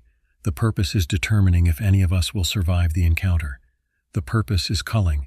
The word hung in the air like a physical presence. Culling. That night, as we sat in tense silence, waiting for something to happen, I realized that Gary had not abandoned us at all. He had removed himself from the situation deliberately. He had left us here to serve a purpose. What that purpose was, I could not yet determine.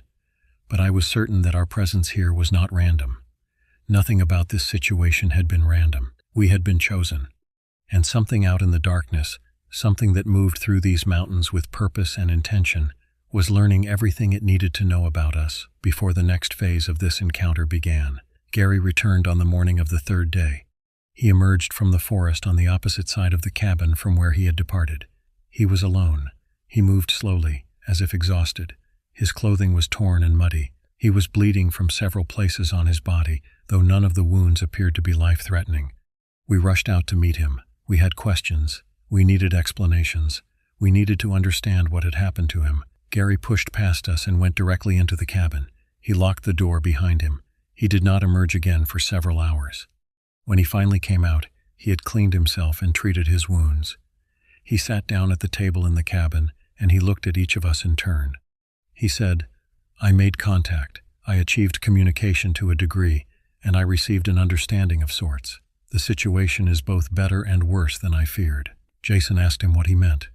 Gary said, "The thing that is observing us, the thing that has been watching us since we crossed the boundary, is old. It is very old. It has lived in this territory for longer than this region has been called Alaska. It has seen people come and go. It has learned to differentiate between different tribes and different peoples based on their behavior and their respect for the territory." Julie said, "Did you see it? Did you actually see it?" Gary said, "I saw it. I saw it clearly, and it allowed me to see it clearly, which means that the situation is already determined in some way." I asked him what he meant by that. He said, "It shapes itself to reflect what the observer expects.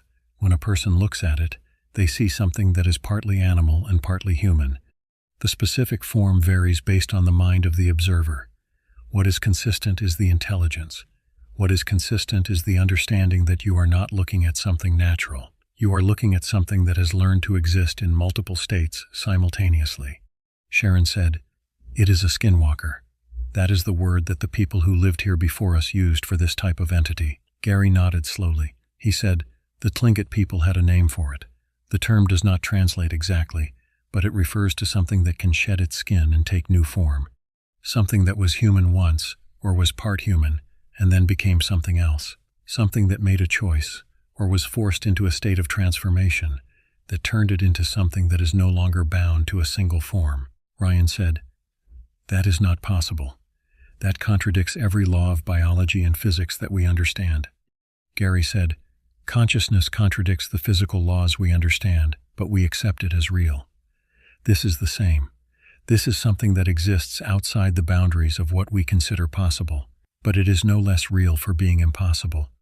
Julie said, "What did it want from you? Why did it allow you to approach it?" Gary said, "Because I came as a seeker of knowledge, not as a hunter of sport. The people who disappear from this region, many of them come here to conquer it. They come here to prove themselves against wilderness. They come here with ego and entitlement. Those are the ones who disappear. Those are the ones that the Skinwalker culls from the population." I understood immediately why Gary had brought us here. I understood his research. I understood his note about selection and observation. I said, "You were testing us. You wanted to see which of us would be selected." Gary said, "I was providing an opportunity for observation. I knew that the entity would notice us. I knew it would make judgments about us. I knew that those judgments would determine the outcome of this expedition." Jason said, "You are insane. You have exposed all of us to danger based on theories and folklore." Gary said, "I have exposed all of you to opportunity. I have given you the chance to be observed by something ancient and intelligent, and based on what the entity has shown me, based on the patterns of behavior it has revealed, I can tell you that it has decided to allow this expedition to succeed." I asked him how he knew that. He said, "Because it showed me one of the other ones. It showed me what happens to those who are marked for culling, and then it showed me that none of us bear that mark." Julie said, "It showed you? How?" Gary said, "It took me to a place. It showed me evidence of previous expeditions. It showed me what the choice to enter this territory means, and it evaluated me as if evaluating a specimen. And when it finished its evaluation, it permitted me to leave. That is how I know." Sharon said, "What about the next expeditions? How many more people will come to this place before the pattern changes again?" Gary said, "That is not my concern.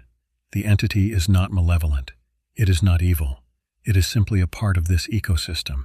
It is a predator that has learned to evaluate its prey. It culls those who come with disrespect and aggression. It permits those who come with respect and genuine seeking to leave. I said, "You knew about this from the beginning. You researched this. You came here deliberately to study this." Gary said, "I came here because I needed to know. I needed to confirm what the story suggested. And I brought all of you because I needed to know how it would evaluate a group. I needed to understand its criteria." Julie said, "We could report this. We could tell authorities what we know." Gary said, "You could. You will be dismissed as experiencing a collective hallucination brought on by isolation. The region will continue to be visited by people who do not understand what lives here. And the pattern will continue." He paused. He said, "Or you can do what I am asking you to do. You can document this experience honestly. You can write down what happened here. You can preserve the story so that it becomes part of the folklore that is already developing around this place. And perhaps, if enough people know the truth, if enough people hear the stories, they will come with the appropriate respect." Jason said, "I am leaving as soon as I can arrange for an extraction." No one objected to his statement. The next day, Jason used the satellite phone that Gary produced from his supplies to call for extraction. He reported a medical emergency. He gave false information about an injury. Within hours, a helicopter arrived to transport him out. The pilot did not seem surprised by our request. As he loaded Jason's supplies, he looked at Gary and nodded slightly. There was a familiarity in that gesture, a recognition. After the helicopter departed, I asked Gary if the pilot knew about the Skinwalker. Gary said, "Some people know, some people sense, some people simply understand that certain places should not be disturbed. The pilot is one of those people. He comes here regularly. He has accepted what lives here. He has learned to coexist with it." That night, the breathing sound did not come to the cabin. The observation stopped. The presence that had been so palpable for days seemed to retreat into the deeper wilderness. Sharon said, "It has reached its conclusion. It has evaluated all of us. It has determined our fate." Over the next 2 weeks, we established routines. We stayed within the safe zone. We did not attempt to revisit the structure. We did not venture past the boundaries that Gary had marked on his maps. We coexisted with the knowledge of what lived in this territory, and we conducted ourselves accordingly. The days blended together in the endless light of the northern summer. We fished. We hiked controlled routes. We documented our observations in the records that Gary maintained, and none of us spoke directly about what we had encountered, though it was always present in our thoughts. On the final night before our extraction, I heard the breathing sound one last time. It came to the edge of the cleared area. It stood at the boundary between the cabin's light and the darkness beyond. I looked out the window and I saw it. For a moment, I saw it clearly.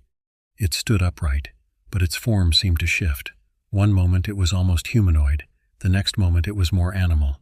Its limbs moved in ways that defied skeletal structure. Its head rotated at angles impossible for human anatomy. And its eyes, those eyes that reflected light with that terrible intelligence, looked directly at me. Then it raised one arm in a gesture that was distinctly human, a wave, an acknowledgement, a farewell. And then it dissolved into the darkness, and the sound of its breathing faded into the distance. The extraction helicopter arrived on schedule. The 5 of us who remained loaded our supplies. We prepared to depart from the base camp for the final time.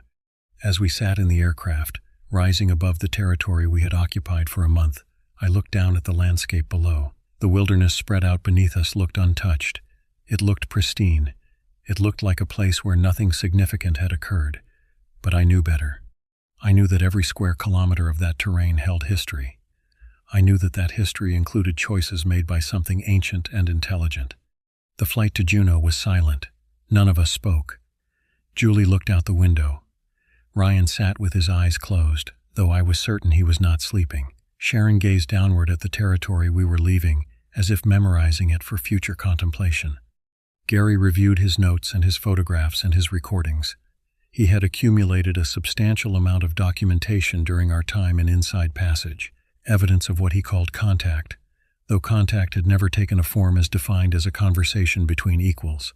When we landed, we disembarked into a world that seemed suddenly too crowded and too structured. The buildings seemed oppressive. The constant human activity seemed jarring. The internet that reconnected us to the rest of civilization felt intrusive. The news that had accumulated during our month of isolation seemed trivial. Politics and economics and entertainment seemed like games played by people who did not understand how small and fragile their role in this world actually was. We dispersed to our separate lives slowly. Julie returned to Vancouver and resumed her property development work. I later learned that she never spoke to anyone about the expedition. She returned to normal life with a determination to forget what she had experienced. I do not know if that forgetting was successful. Ryan went back to his technology work in Seattle. He began producing content about the trip, carefully editing out any reference to the Skinwalker or the observation or the boundaries that we had violated. He posted scenic photographs and adventure footage. He presented the expedition as an ordinary wilderness experience. I think he needed to believe that interpretation. Sharon vanished from social media and public life entirely. I never learned what she decided about the experience. I suspect she simply incorporated it into her understanding of the natural world and continued her explorations with a deeper respect for territory that was not strictly human-controlled. Jason filed a formal complaint about the expedition. He alleged that Gary had endangered the group by deliberately withholding information about dangers in the region. A complaint was filed. An investigation was initiated, but ultimately nothing came of it. There was no evidence to support the complaint. There were no witnesses who had seen anything that could be independently verified. The investigation was closed, and Gary continued his research. He published an article in an obscure academic journal about folklore and wilderness predation patterns. The article was considered speculative and non-rigorous by the broader academic community. It was dismissed. It was forgotten, but the patterns in the data were there for anyone willing to look closely enough to see them. 3 months after our return, I began to have dreams. The dreams showed me the territory from a perspective that was not my own. I was seeing the wilderness through the eyes of something that moved through it with ease and purpose. I was perceiving the landscape as a space that was intimately known, every ridge and valley and water source mapped in a mind that was ancient and sophisticated. And in these dreams, I was aware that I was being watched, not with hostility, not with active threat, but with a presence that was certain and constant. 1 year after the expedition, Gary contacted me. He said he was preparing for a return trip. He said he wanted to bring a new group. He said he wanted to continue his research into the nature of the entity and its interaction with human visitors. He asked if I would join him again. I declined. I told him that I could not return to that place. I told him that what we had experienced there had marked me in ways that I did not fully understand and was not prepared to explore further. He accepted my answer without argument. He said, "You are wise to recognize the danger that exists in knowing too much about the unknown.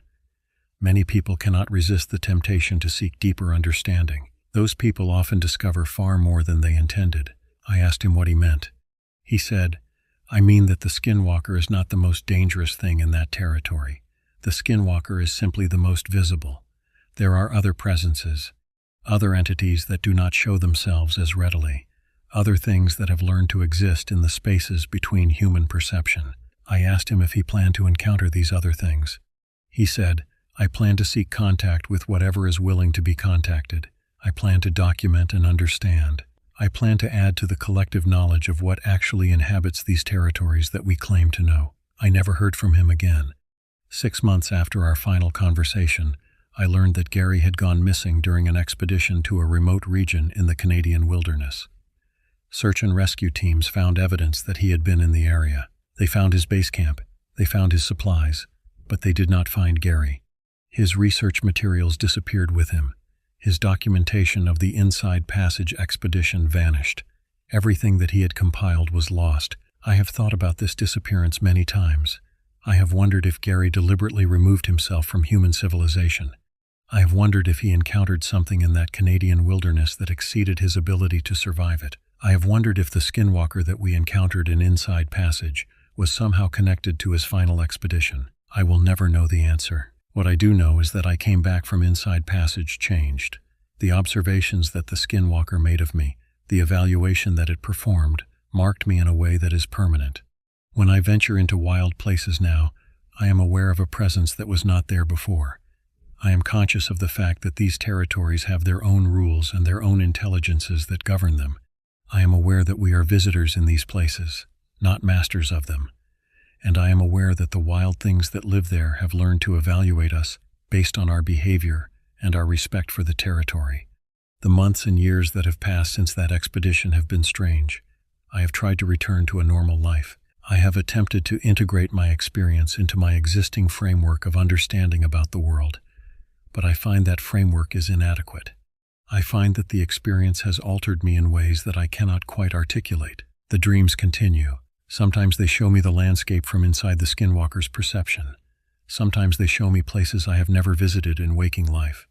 Sometimes they show me other things, other entities, other intelligences that are learning about humans the same way that the Skinwalker was learning about us. I have written this account because I feel compelled to do so. I have written this account because the experience needs to exist in human knowledge in some form. I have written it because Gary was right about one thing. If the pattern of culling is to change, if the wild territories of this earth are to be understood as something other than mere landscape, then people need to know the truth about what lives there. I have written this account because I was chosen to witness something, and I believe that I have a responsibility to document that witnessing, even if the documentation is dismissed as fiction or fantasy. Inside Passage taught me that the universe is far larger and far stranger than I had previously understood.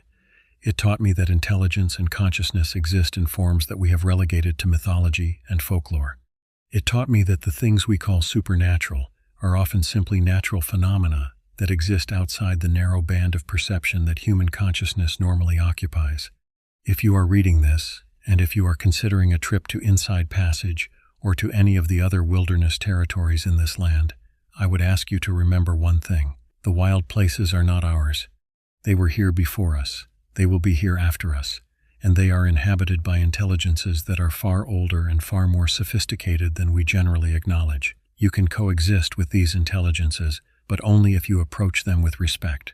The choice to enter these territories is a choice to be evaluated. The choice to be evaluated is a choice to be marked, and the choice to be marked is to understand something about yourself that you cannot unsee. I came back from Inside Passage alive. I came back with all 5 of my companions who returned from the field, but I did not come back unchanged. None of us did. And the presence that we encountered, the entity that the old peoples called Skinwalker, that ancient thing that moves through the mountain ranges and forests of this land, continues its work. It continues to observe. It continues to evaluate. It continues to make choices about who returns from the wilderness and who does not. It continues to be the guardian of territory that it has known longer than any human has existed.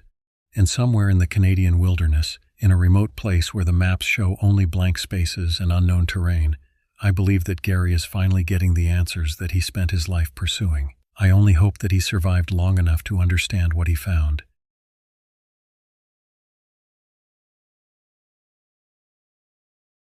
It started with a noise none of us could identify. Not quite animal, not quite wind, something that existed between those two worlds, occupying a frequency that made your teeth ache and your spine tighten. I have spent the last 19 years working as a wildlife research coordinator in Wrangell Street Elias National Park, documenting migration patterns and ecosystem shifts for the Alaska Department of Natural Resources. My name is being withheld at the request of federal officials, but what matters is that I was there. I was present for what happened to those 6 people. I watched the recordings. I listened to the emergency transmission 3 times before I stopped being able to listen to it without my hands shaking. The expedition was supposed to be routine, a summer research initiative paired with recreational hunting permits. Larry Patterson, a 52-year-old petroleum engineer from Fairbanks with a fascination for alpine ecosystems, had organized the trip through legitimate channels. His permits were valid. His group composition was approved. Everything had been filed and documented and processed through our system like 1,000 other expeditions before it. Tiffany Hughes, 41, worked as a specialized consultant in extraction equipment maintenance. She had hunted elk and moose her entire adult life, and she carried 3 previous successful seasons in Alaskan wilderness with no incidents. Jordan Flores, 48, owned a small freight logistics company and had described himself in the intake forms as an intermediate wilderness navigator. Denise Washington, 54, was the quiet one. Former military, no registered hunting experience but an impressive record of solo backpacking trips throughout the Pacific Northwest and British Columbia. Harold Butler was 62, the oldest of the group, a retired oil industry veteran who had made the Alaska trip annually for the past 16 years without so much as a minor injury or wildlife conflict report. He knew the terrain. He understood the risks. He had purchased updated satellite communication equipment and filed detailed daily check-in protocols. Everything he did spoke of a man who respected the landscape. Alicia Simmons was 46. She worked in medical administration and had joined the group through a friend of a friend network. The intake form suggested she had moderate hiking experience and limited hunting exposure. She was the variable, the unknown, the one person whose background made us flag her file twice to verify her credentials and emergency contacts. On June 14th, they entered the park through the McCarthy Road access point.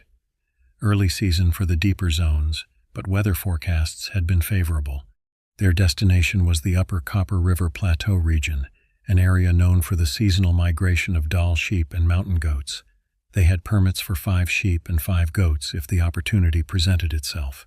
The hunting component was secondary to what they framed as a photographic and observational expedition. Their first check-in occurred at 2:47 in the afternoon via satellite communicator. Larry reported good weather, successful progress to Camp 1, and mild joint complaints from the half-day of walking. Every word exactly what we expected. Every detail precisely normal. The second check-in should have come at 8:30 in the evening. It did not. We noted this and flagged it in our system. Not an emergency flag. Satellite communicators occasionally failed. Weather shifted fast in that region, and perhaps they had decided to move camp or shelter in place. We scheduled an automated reminder alert for the following morning at 8 a.m.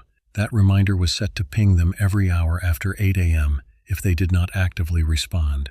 What we found instead was the third check-in, transmitted at 9:17 p.m. on June 15th, approximately 39 minutes before sunrise in that latitude. Larry's voice was different. The formal, controlled tone had been replaced by something that moved between carefully modulated calm and barely suppressed panic. He reported that one member of the group, Alicia Simmons, was unresponsive, that she had wandered away from camp during what they believed was the night, though all of them expressed confusion about the timeline, that when they found her, she was standing at the edge of a ridge, facing away from them, making a sound that was not language. He said she would not respond to her name. She would not turn around. When they approached her, she had walked further out onto the ridge, and they had stopped pursuing her because the path was dangerous, and they did not want to risk a fall in the darkness. He requested that we send a rescue team to their coordinates. I was the one who received that transmission. I was the one who listened to the background noise. I was the one who heard something else beneath his words, something that sounded like wind, but had intention to it. Direction, purpose. That was when I understood that 6 people had entered the Wrangell Street Elias in acceptable condition, but only 5 of them were going to remain in full control of their own minds. Rescue operations in remote Alaskan terrain move slowly.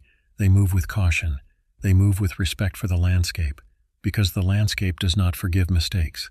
The coordinates Larry had provided placed the group approximately 43 kilometers from the nearest established trail system and 75 kilometers from the McCarthy Road access point they had entered through. A helicopter could reach them in 90 minutes, assuming weather conditions held and the terrain was suitable for emergency landing operations. I spent that 90 minutes in the communications office, monitoring their satellite connection, waiting for the next scheduled check-in at 10:17 p.m. It came at 10:16. This time, Harold Butler was the one transmitting. His voice was the voice of someone who had been trained to handle crises, and he was actively failing to hide his fear behind that training. Alicia was no longer visible. They had established a perimeter around their primary camp using rope and physical markers. They were armed. Not all of them carried weapons, but Larry and Harold had hunting rifles and sidearms. Tiffany had a large-caliber handgun in a waist holster. They were prepared to defend themselves, though Harold's transmission did not specify against what. He said they had heard screaming approximately 40 minutes previous. It had come from the direction of the ridge where Alicia had walked. It did not sound like a human woman screaming. He said the sound had changed in ways that made him question whether it had been a sound at all, or whether they had all simply imagined it in the darkness together. The group had turned on every light source they possessed: 2 camping lanterns, 5 high-powered flashlights, Harold's tactical headlamp. This combination created a bubble of illumination in the darkness, but it also meant that anything beyond that bubble was rendered completely invisible. The contrast between the light and the night was so severe that they could not see past the edge of their camp. I asked Harold a direct question. Could he describe what they had heard? He was silent for 14 seconds. Then he said, "It sounds like if someone took everything a human woman is and stretched it, like if you took Alicia's voice and ran it backwards and then sideways through something that does not have vocal cords. It sounds like prey that has been hunted so long it has learned to become the hunt itself." I did not include that in my official report. The helicopter was 6 minutes away at that timestamp. I told Harold they would have visual contact within minutes. I told him to maintain their perimeter and keep all lights active. I told him that rescue was arriving and they needed to remain calm and stay together. He said they had found blood, not a lot, but fresh. It had been on a rock formation 30 meters from their primary camp, in the direction of the ridge. It had not been there during their initial search 40 minutes earlier. I asked him if it appeared to be animal blood or human blood. He asked me how I expected him to know the difference in complete darkness, and he said something in his voice that I recognized because I heard it in my own chest recognition, understanding that the question itself was the wrong frame for what was actually happening. The helicopter arrived at 21:40 hours. The rescue team established ground position and made contact with the expedition group. All 5 remaining members were accounted for. All 5 were physically intact and capable of walking. All 5 were transported to the landing zone and loaded aboard the aircraft. Alicia Simmons was not found. Search operations began at first light with 4 helicopters and a ground team of 12 rescue specialists. They searched for 4 days in an expanding grid pattern from the last known coordinates. They found her camp equipment. They found sections of the rope she had worn around her waist in 2 separate pieces, 800 meters apart. They found her headlamp, functioning, its beam pointing downward into a crevasse that was too deep for them to safely explore. They never found Alicia Simmons. I conducted the formal interviews with the 5 survivors on June 16th, June 17th, and June 18th in a facility in Anchorage. Hospital setting, private rooms. Legal representation was not required, but I suggested it multiple times. None of them wanted attorneys present. None of them seemed to believe they had anything to protect themselves against. They seemed to believe they were already marked. Larry Patterson was the first one I sat down with. He was shaking in a controlled way, the kind of shaking that comes from maintaining iron discipline over a nervous system that is in a state of chemical panic. I asked him to walk me through the entire expedition timeline from the moment they entered the park. He described the first day in clinical detail. Excellent visibility, trail conditions better than expected, conversations about the landscape, conversations about hunting strategy. They had reached Camp 1 at approximately 3 p.m. and spent the remainder of the day preparing equipment, filtering water, organizing food stores, and establishing a security perimeter. Nothing unusual, nothing abnormal. At approximately 9 p.m., they had settled into their tents for sleep. The plan was to wake early and establish Camp 2 at higher elevation the following day. At some point in what they believed was midnight or early morning, he emphasized the difficulty of tracking time in the constant twilight of summer Alaskan latitude. Alicia had emerged from her shared tent and begun walking away from camp. Multiple people had noticed her departure, but no one had stopped her. She was an adult. She had walked to the perimeter of their camp multiple times over the day to collect water and gather firewood. They assumed she was relieving herself at some distance from the main camp area, which was standard practice. When she had not returned within 20 minutes, Tiffany had gone looking for her. That was when things became imprecise. I asked Larry to walk me through this section multiple times across multiple interviews. Each time his account shifted in ways that were not contradictions exactly, but variations, recalibrations. He would describe finding Tiffany standing at the edge of camp, looking out into the darkness. Then he would describe finding Tiffany already walking toward the ridge. Then he would describe finding Tiffany communicating with him through hand signals because she said something was wrong with the air and she did not want to make sounds. The consistency was gone. The precision broke down. Something about those moments had fractured in his memory in a way that suggested his mind was actively defending itself against the full nature of what had occurred. I focused on what happened when they found Alicia. She was standing on a ridge approximately 200 meters from the primary camp, facing away from them. The sky was not dark but not quite light, that strange pre-dawn twilight where the landscape exists in shades of blue and gray. She was not moving. She was not responding to voice. When they approached within 10 meters, She began to move further along the ridge, not walking but moving in a way that seemed disconnected from the physics of her own body. I asked him to describe that more specifically. He said she moved like a person who had forgotten how joints worked, like her body was being operated by something that understood the mechanism of human locomotion but not the intent, like she was being piloted from somewhere behind her own eyes. I asked him if she had said anything. He said she was making sounds, not words but not animal sounds either, something that operated at the intersection between language and breathing, something that suggested vocal cords attempting to produce frequencies they were not evolved to produce. At this point, Harold had become afraid, not the fear of hiking, accident, or wildlife encounter, but the fear of something that had crossed a threshold from normal wilderness danger into a category his training had not prepared him for. He had attempted to physically restrain Alicia, to pull her back from the edge of the ridge. Alicia had turned around. Larry's account of this moment became very careful, very deliberate in its lack of detail. He said her face was Alicia's face. He said her features were in their correct locations. He said her eyes were looking at Harold with something that was not hate and not hunger, but was not quite human recognition either. She had opened her mouth, and from that mouth had come a sound that seemed to bypass their ears and arrive directly in their nervous systems. Not a frequency, but something that triggered the human animal to understand that it was in the presence of a predator that had achieved a degree of sophistication that made conventional predators seem crude and unfinished. All 5 of them had stopped moving. All 5 of them had been struck into a state of complete stillness. Then Alicia had turned back toward the ridge and walked away from them, moving faster, moving with increasing certainty, and they had not followed. They had remained frozen.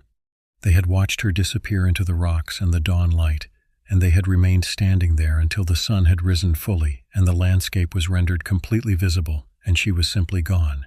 I asked Larry if he believed Alicia was dead. He was silent for 2 minutes and 17 seconds. Then he said, "I believe that Alicia stopped being Alicia at some point during that night. What walked away from us was not dead and not alive. It was something that had learned to wear her body the way a person wears a coat." The second survivor interview was with Denise Washington. She was different from Larry in ways that suggested different approaches to processing trauma. She was contained, precise, military background showing in her communication style and her focus on observable facts. She provided a consistent account of the expedition timeline. Her details about the first day and the first night aligned with Larry's account, but when I asked her about the moment she first understood something was wrong, her answer differed from every account I had received. She said she knew something was wrong before Alicia left the tent. She said she had been awake, not quite awake, but in that state of half-consciousness that happens in unfamiliar places when she heard sounds outside the camp. Sounds that registered as not wildlife because she had extensive experience with wildlife vocalizations. This was something else. Something that was moving between camps. Something that seemed to be searching. I asked her if she had told anyone about this. She said she had not.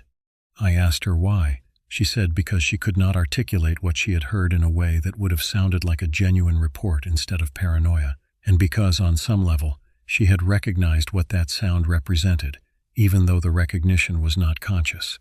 On some level, her nervous system had understood that there was a specific type of danger present in that landscape, and her mind had not wanted to confirm it. I asked her what type of danger. She said she had grown up in the Pacific Northwest. She said her family had stories. Not the type of stories that were common in mainstream media or formal education, but stories that had been transmitted through generations of people who lived in close proximity to the landscape.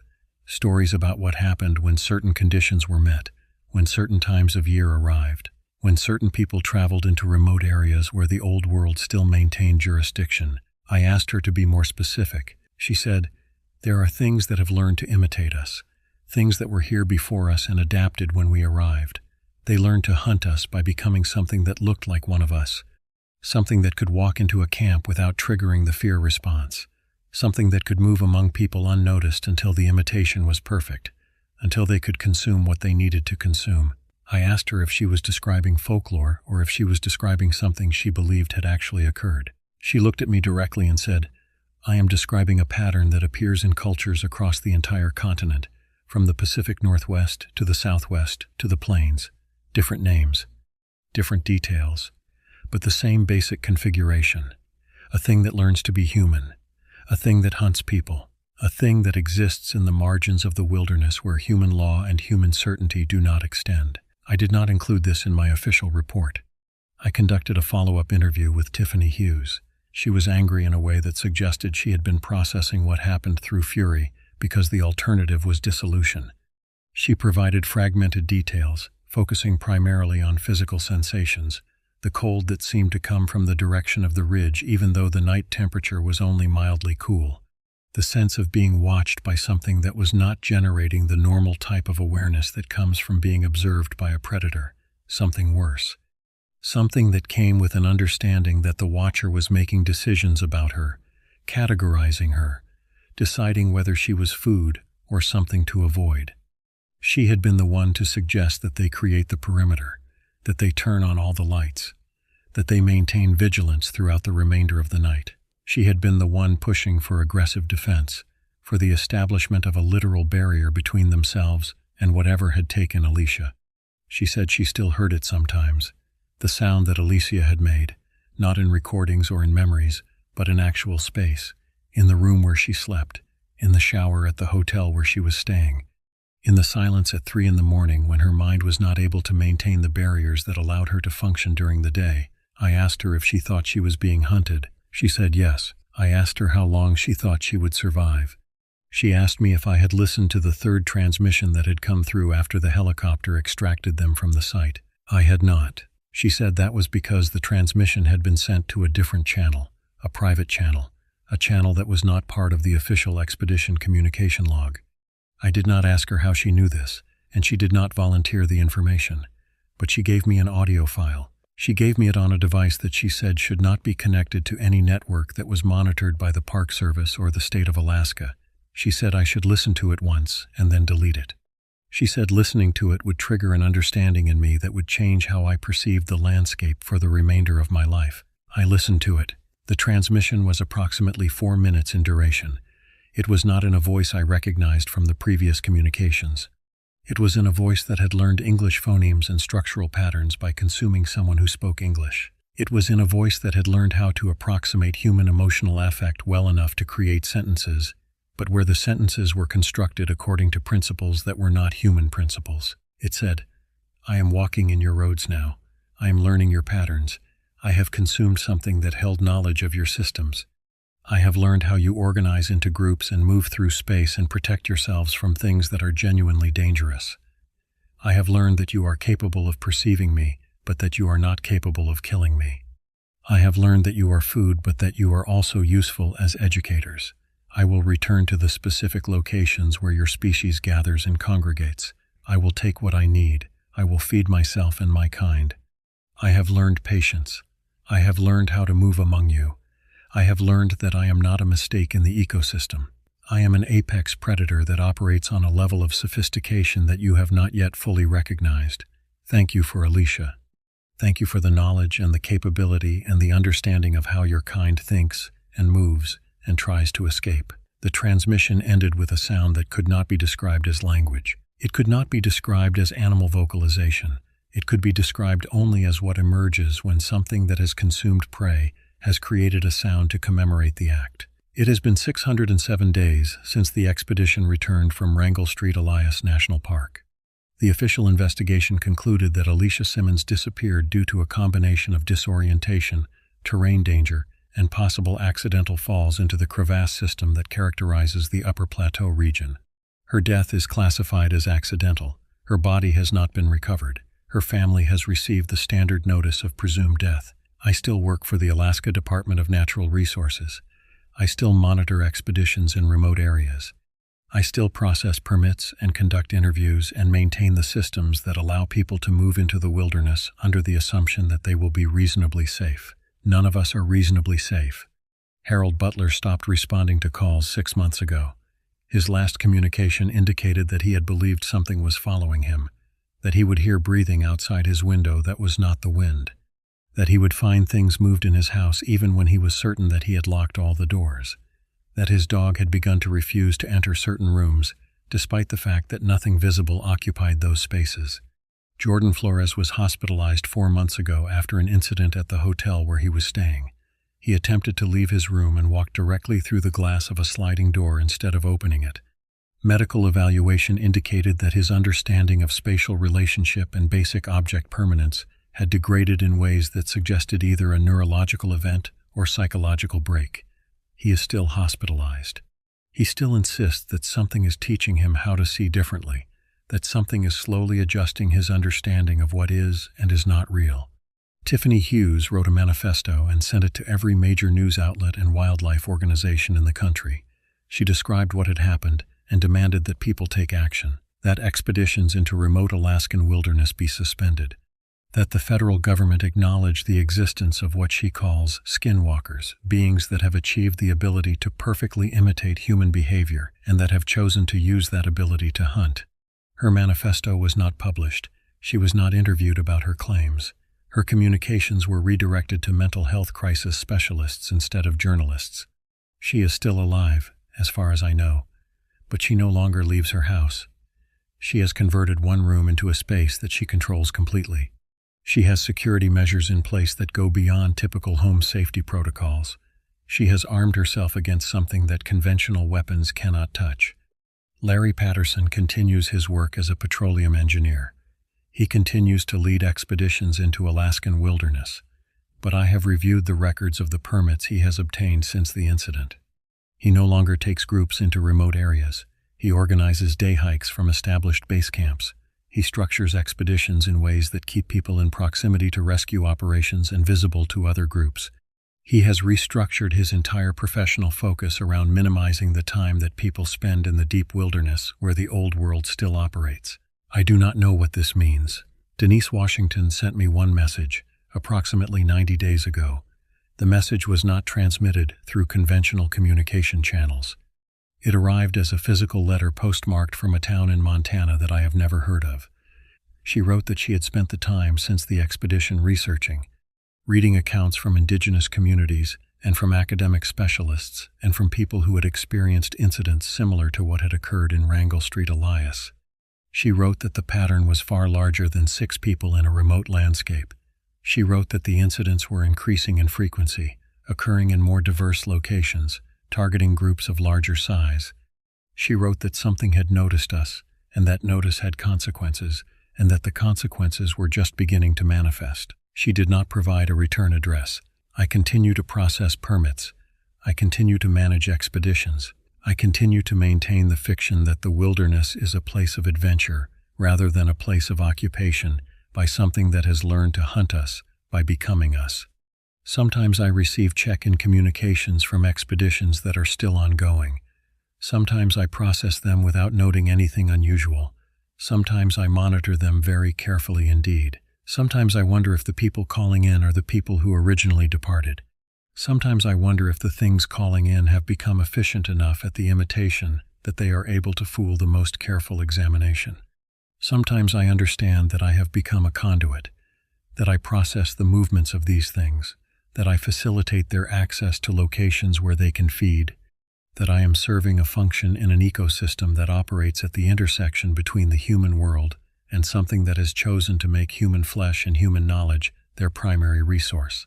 I continue to do this work. I continue to process the permits. I continue to listen to the check-in communications. I continue to wait for the moment when the imitation becomes so perfect that there is no functional difference between the hunted and the hunters.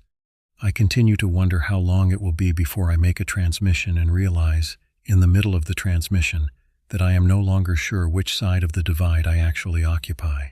I continue to wake at 3 a.m. to the sound of wind that is not wind, and I continue to listen to it approach. And I continue to wonder if the listening has transformed into something that is not quite human curiosity anymore. The Wrangell Street, Elias, is not a place of beautiful wilderness. The Wrangell Street, Elias, is a place of occupation, and the occupation is ongoing.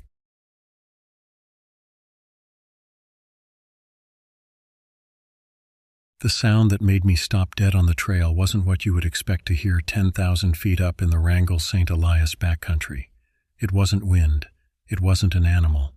It was something almost like laughter, if laughter could be drawn out across several seconds and split into frequencies that felt wrong coming from any single source. I'd been guiding hunting parties into these mountains for nearly 15 years, and I could not identify it. That's what sent the first real spike of unease into my chest. My name is Larry Patterson. I'm 52 years old, and I have been wrong exactly 3 times in the field. This was the moment I suspected I was about to be wrong for the 4th. It was June 23rd when we pushed deeper into the park than I'd ever taken a civilian group. Tiffany Hughes had chartered me and her 5 companions for a 2-week expedition. She was the organizer, the one with the money and the conviction that she and her friends needed to do something transformative before they turned 50. That's how she'd put it in the initial consultation call. I remember thinking it was a thin foundation for spending that kind of money in country that doesn't forgive mistakes. Tiffany was 41 and carried herself with the confidence of someone who'd never experienced serious discomfort. She owned a restaurant in Anchorage. She had a smile that worked in boardrooms but looked out of place at elevation, where the air is thin and the light is relentless. She wore expensive hiking gear that didn't yet show the wear it would accumulate over 14 days. Jordan Flores was 48, a structural engineer who talked constantly about weight distribution and stress loads. He'd been checking all our equipment obsessively, as though mathematics and proper preparation were armor against whatever the wilderness might produce. Denise Washington, 54, was the quiet one. She barely spoke except to ask precise questions about water sources and wildlife behavior. Harold Butler, 62, was the joker, the kind of man who'd decided his 60s would be his second youth. His knees protested every morning, but he never complained about it. Alicia Simmons, 46, was the medic of the group. She'd done some wilderness emergency training, and I could see her cataloging details about the landscape the way someone practicing medicine learns to read symptoms in a patient. We were 5 days into the expedition when the atmosphere began to change. It wasn't something I could point to immediately and say, "There is the problem." It was more like watching clouds develop in a clear sky. At first, you're not sure if you're looking at weather or if it's just the light shifting. But it keeps building, and eventually you understand something is moving toward you, and you're standing in its path. The trail from the Chitina River drainage wound through sparse forest, stunted spruce, and white bark that caught the high sun. Above us, the ridgelines of the Chugach rose in massive relief against the sky. The passes between peaks collected shadow. We were climbing toward one of those passes because the route I'd planned would take us through high country, where the view would compensate for the difficulty. That was the theory. That was before the sound started. The first ones were easy to dismiss. We heard something crash through the brush about 200 meters from camp on the night of day 6. I told everyone it was a moose. The evidence was right, the path of broken branches at that height, the depth of the tracks, the deliberateness of its movement. Except moose are not subtle. They are not quiet. This thing had walked through that brush the way a person walks through familiar rooms at night, moving without hesitation but without announcing itself either. I noticed Harold's smile was gone by morning. Denise had already been awake when I emerged from my tent. "Large animal?" she asked. "Moose," I said. I didn't ask her if she believed me. On day 7, we found the remains of something. It was in a ravine, maybe a kilometer off our route. Jordan spotted it first and called me over. It was a Dall sheep, and it had been dead for perhaps 2 days. The odd thing, the thing that made my pulse accelerate, was the precision of what had happened to it. One clean bite through the neck, not the frenzied feeding pattern of a predator eating. This looked like execution, like someone who knew exactly where to bite had decided that was enough. "Grizzly?" Jordan asked. He wanted it to be a grizzly. A grizzly would make sense. "No," I said. "Grizz makes a mess." Denise was staring at the carcass with an expression I couldn't read. When she looked up at me, there was something in her eyes that suggested she was already several steps ahead of wherever I was thinking. On day 8, Tiffany heard something in the dark that made her scream. It wasn't a long scream. It was sharp, and then she cut it off as if she'd recognized her own fear and decided not to indulge it. When I reached her tent, she was shaking. She said something had pressed against the side of her tent.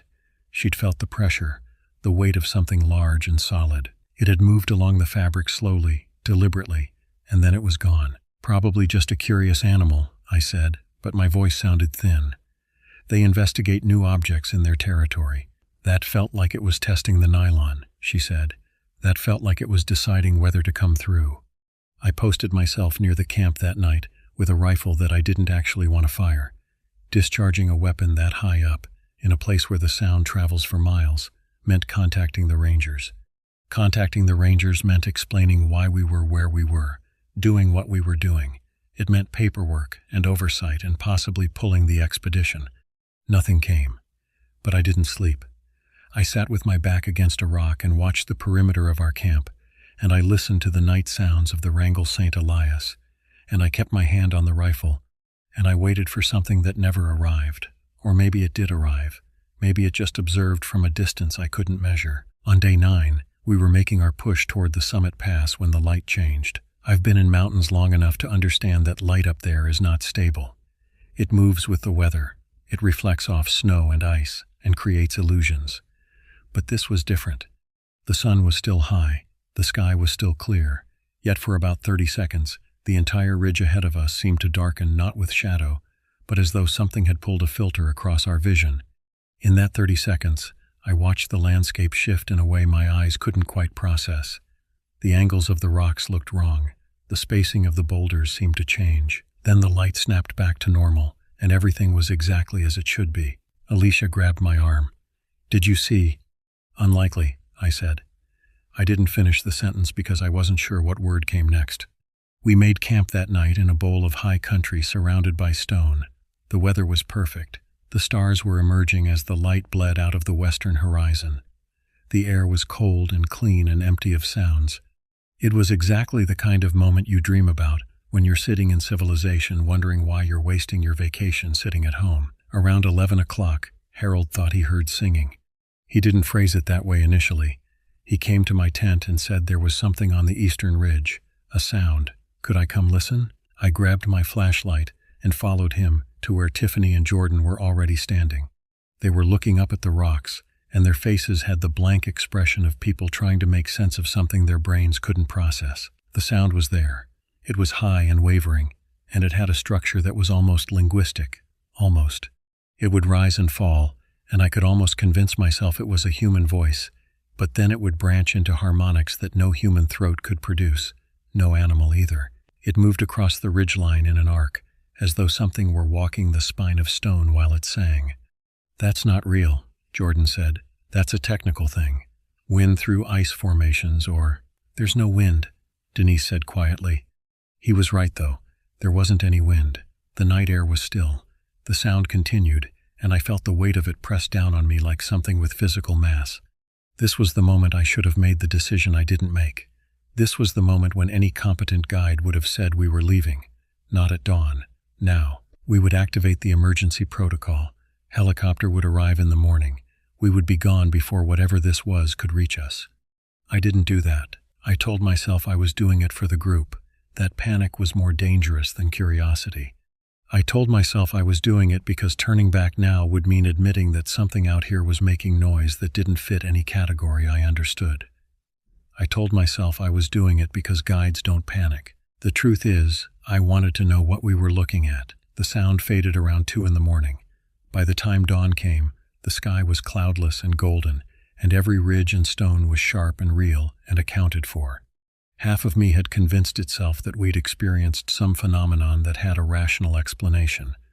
The other half, the part that had spent 15 years reading the moods of wilderness, knew better. Something had changed on our 9th day. We had crossed into a portion of this country where the normal rules had different applications. On day 10, we found the hiker. His name had been Michael Chen. I knew this because his driver's license was still in his pack. His body was sprawled in a ravine, maybe a kilometer from where we'd heard the singing. He'd been dead for perhaps 3 days. The exposure and the weather had made identification difficult, but the dental work matched the license quickly enough when we got the cell connection to call it in. He'd been reported missing from a solo expedition in the park 14 days prior. What interested me most, what I didn't report in great detail when I contacted the ranger station, was the configuration of his injuries. Michael Chen had been a big man, maybe 95 kilos. He was wearing cold weather gear rated for the environment. His tent was still standing, or what remained of it was standing, about 20 meters down the slope. Something had torn him apart with the kind of methodical violence that suggests intention rather than feeding. His throat was gone. His abdomen was opened with cuts too clean to be accidental. His hands bore defensive wounds, deep gashes across the palms where he'd clearly tried to defend himself against something. Alicia examined him with the detachment she would use on a model or a technical problem. When she stood up, her face was pale, but her voice was steady. "Something strong," she said. "Something that had claws or very sharp hands, and something that knew where to cut to make sure he died." "Maybe a bear," Jordan started, but nobody was looking at him. Harold was silent. Denise was staring at the ridgeline where we'd heard the singing the night before. Tiffany had sat down on a rock and was trying very hard to appear as though she wasn't trembling. I called the ranger station and reported the body's location, and I answered questions about how and why we'd discovered it. The ranger on the other end, a woman named Rodriguez, whom I'd worked with before, said a team would be mobilized and that we should remain in the general area and continue to report our location. She didn't ask if I wanted to pull the expedition. She already knew I'd considered it and decided against it. I made a calculation in my head. We were 5 days from the point where we could realistically be extracted. The weather was perfect. Turning back meant admitting defeat. Pressing forward meant moving deeper into country that had just demonstrated it contained something that killed people with surgical precision. "We continue," I told the group. "Higher, toward the pass. The body's location has been reported. Rangers will investigate. We maintain our schedule and our discipline." Denise nodded slowly, as if I'd just confirmed something she'd already suspected. Nobody argued with me. In the mountains, authority doesn't come from rank or credentials. It comes from the understanding that you're the only one who knows the way out, and if you fold, everyone walks into the dark together. That night, I didn't sleep. I sat with my rifle and I listened to the world, and I tried to convince myself that Michael Chen had simply been unlucky, that he'd stumbled into something, that a bear had been more aggressive than normal, that predators sometimes make mistakes. I didn't believe it. Not anymore. On day 11, we climbed to the pass. The view, when we reached it, was extraordinary. Thousands of square kilometers of wilderness spreading out beneath us in every direction. Valleys and peaks and ice fields stretching toward horizons that seemed to curve. It should have felt like triumph. It felt like entering the throat of something vast and indifferent and hungry. That's when we understood the shape had been following us was no longer following us. It was ahead of us now. It was waiting in the country we were about to enter. I've read accounts of people who claim to have encountered things that shouldn't exist, creatures that don't fit the categories of known fauna. There's always a moment in those accounts where the observer admits that they're no longer dealing with animal behavior. That's the moment the story either becomes credible or becomes fantasy. It's the moment when a person confronts the fact that they might be looking at something intelligent, and that intelligence might not share their own moral framework. We reached that moment on day 12. I just didn't recognize it immediately. The pass widened into a high plateau. The terrain was brutal exposed stone and sparse vegetation. Wind channeled through the valleys below. We made camp in the lee of a rock formation that provided some shelter. The weather was holding. The temperature was stable.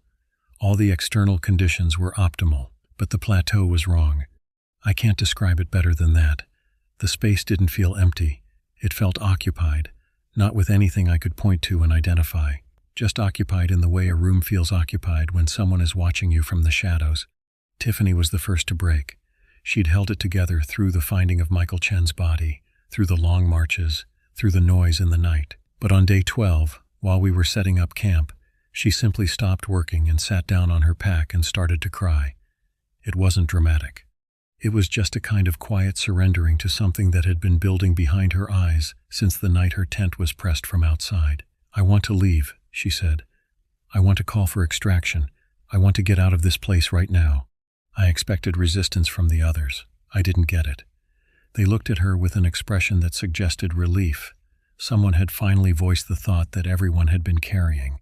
"The helicopter can't reach us until daylight," I said. "But I can put in the request. We'll be out of here by tomorrow afternoon." As I said it, I realized I was lying. The weather was perfect, but there was something in the air quality, something in the way the wind was moving that suggested it wouldn't stay that way. I'd learned to read mountains the way a sailor reads ocean, and what I was reading didn't promise clear skies for extraction. But I didn't say that. I put in the call. Ranger Rodriguez confirmed that a helicopter would be dispatched at dawn. We should have been relieved. Instead, the night that followed was the worst of the expedition. Denise noticed it first, the pattern. She woke me sometime after 2 in the morning and simply pointed. I followed her outside the tent, and I understood immediately what she'd seen. Around the perimeter of our camp, spaced about 50 meters apart, were tracks, not random tracks, a complete circle of them, as though something had walked around our camp in a methodical patrol. The prints themselves were wrong. They were roughly humanoid 5-toed impressions that could almost have been a human foot, but the stride was too long, the depth was too great, and the pattern suggested that whatever had made them had been moving on 2 legs that didn't quite move the same way legs move when humans walk. "It's been here the whole time," Denise said. "Every night, getting closer." I tried to argue. I tried to pull out explanations.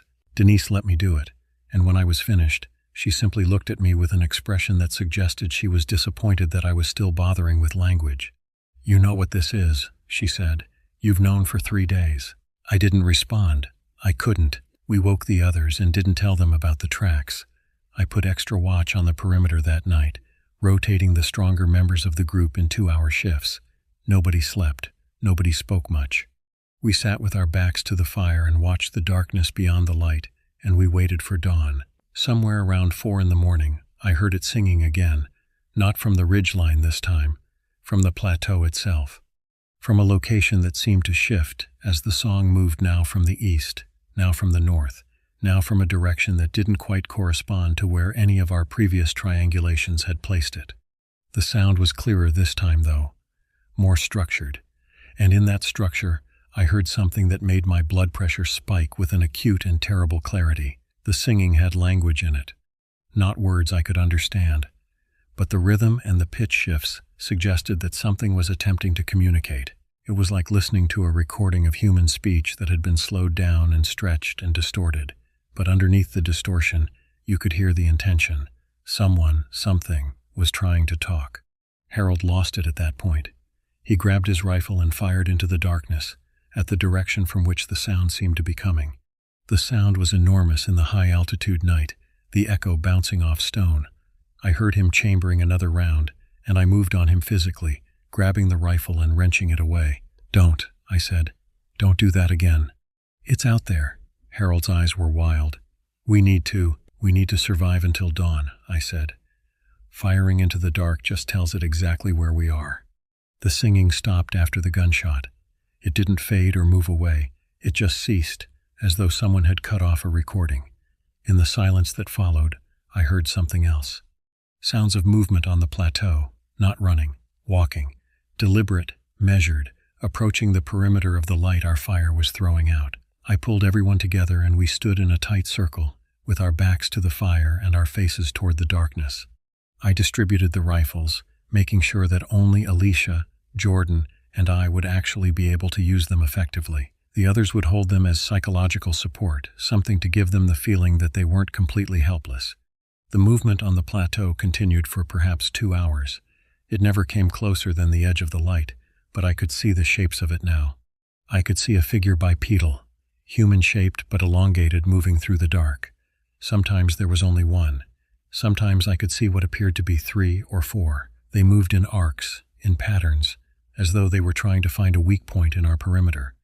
As the sun began to come up, they withdrew. Not suddenly, with a kind of obvious reluctance. The last one I saw was standing about 100 meters out from the fire. It was silhouetted against the pre-dawn light, and for a moment, just a fraction of a second, it looked at me. The shape of its head was mostly right, mostly human, but the proportions were slightly off, the angles slightly wrong, as though something was wearing humanity like a suit that didn't quite fit. Then it turned and walked into the darkness between the rocks, and it was gone. The sun rose. The plateau was empty, no trace of anything, no tracks in the dark rock, no blood, no sign that anything unusual had occurred except for the evidence in our own minds and the memory of movement in the darkness. I put in a call to the ranger station. The helicopter, Rodriguez said, was experiencing mechanical issues. There would be a delay. They were working to dispatch another aircraft, but weather was developing to the northwest. She couldn't guarantee extraction before the following day. I felt something very close to panic. I kept it out of my voice. "We'll remain in our current location," I said. "Can you move closer to the designated extraction point?" Rodriguez asked. The extraction point was in a high valley about 8 kilometers from where we were. It was the only place a helicopter could feasibly land in this terrain. "We can try," I said, though the thought of moving, of leaving the plateau and descending into the valleys below, filled me with a kind of desperate dread. We packed up the camp in about an hour. Nobody spoke except to acknowledge orders. The group had shifted into a state of hyper-focus that you see in people confronting genuine physical danger. They were still afraid, but the fear had been alchemized into function. Everyone understood that the next 18 hours were the most critical of our lives. The descent began at 10 in the morning. For the first 3 hours, nothing happened. We moved down the trail loose scree, steep angles, handholds that were sometimes just barely adequate. Below us, the valleys opened up, showing us the wilderness we were moving toward. Denise was in front of me. I was in front of Jordan. Alicia and Harold flanked Tiffany, keeping her steady, keeping her moving. We were making good time. Then Alicia screamed. I looked up from my footing and saw her pointing. The entire party stopped. We were on a stretch of trail that was particularly exposed, perhaps 300 meters of open ground before the next section of scrub pine, and moving across that open ground, in broad daylight, was the shape.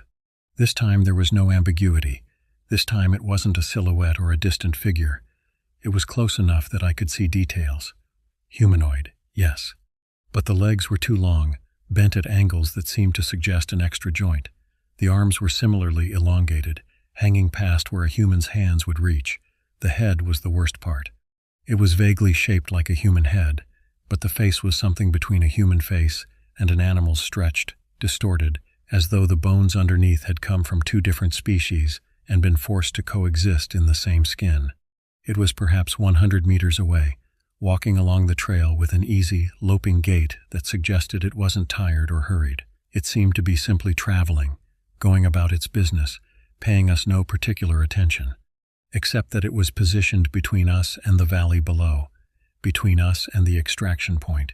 "Don't move," I said quietly. "Don't do anything that attracts its attention." We were frozen on that exposed slope. The creature continued its walk, moving slowly, taking its time. I realized it was herding us not toward it, but away from the descent route. It was giving us no good options. Behind us was the plateau we'd abandoned. Below us was this thing. To the sides was sheer cliff. "Back up," I said. "Back up, and we move parallel to the trail. Use the rocks for cover." We moved slowly, maintaining eye contact with the creature. It stopped walking. It turned its head and looked at us. And in that moment, I understood that it had known exactly where we were, known and been waiting. Harold raised his rifle. "Don't," I said. "It's right there." Harold's voice was high and panicked. "Don't," I repeated. The thing's mouth opened. It made a sound that was neither scream nor growl nor roar. It was something that contained elements of all of them, but primarily it contained intent. It was a sound of communication. It was telling us something about itself, about what it was willing to do, about the absolute confidence it had in its own ability to harm us. Then it started walking toward us. I had the rifle up and I fired. The sound on the exposed mountain was devastating. I fired again. The creature didn't slow down or attempt to evade. It simply came toward us as though the bullets I was putting into the center of its mass were irritations rather than injuries. "Run," I shouted. "Run toward the rocks. Find cover." We ran. The terrain that had been difficult before became treacherous under panic. I heard Tiffany fall. Alicia went back for her. The creature was still coming, moving with an ease that suggested it understood this ground far better than we did. I fired again. This time I aimed for the head. The shot connected, I'm certain of it. The trajectory was right. The distance was right, but the creature didn't drop. It just kept coming. We reached an area of exposed rock and threw ourselves behind whatever shelter we could find. Harold was next to me, and I took his rifle from his shaking hands and kept firing. The creature moved to within about 50 meters of our position and then stopped. It stood there, silhouetted against the sky, looking down at us. Its chest was heaving from exertion, but its movement was steady. I could see blood or something like blood, dark and thick, leaking from wounds in its shoulder and chest. The holes my bullets had made were closing. Slowly, over the course of the seconds I watched, the wounds were shrinking, the tissue knitting itself back together. Then it opened its mouth and it sang. Not the high, wavering song from before, a lower note, one that vibrated through the rock beneath us. It held that note for a long time, and in the holding of it, I understood something that crystallized everything I'd seen into a horrible clarity. This was not an animal that had wandered into our territory. This was not a creature that was hunting us because we represented food. This was something intelligent. This was something that had an understanding of human behavior, human psychology, human fragility. And it had been playing with us, learning us, studying us, testing the precise parameters of our fear and our ability to function under stress. The song stopped. The creature lowered its head slightly, as though acknowledging us. Then it turned and walked back up the slope, moving with that same easy gait, disappearing into the rocks. We didn't move for a long time. When we finally did, it was with a kind of mechanical functioning that required no thought. We climbed back to the plateau, and we made a new camp, and we sat in a tight circle while daylight lasted, and we tried not to think about what was going to happen after dark. At some point during the afternoon, Denise pulled me aside. "It's not going to let us leave," she said. The helicopter won't come," she said. "Or it will come and it won't matter. It's watching. It understands what we have and what we don't have. It understands exactly how much power we possess, and it's decided that it's sufficient. It knows we're trapped." "What do you know?" I asked her. "How are you so certain?" She looked at me for a long time. "I read a lot," she finally said. "I read old accounts. Stories that people write down and keep in places where almost no one finds them. Stories about things that live in places like this. Things that are old. Things that learned how to hide themselves from people who were trying to kill them.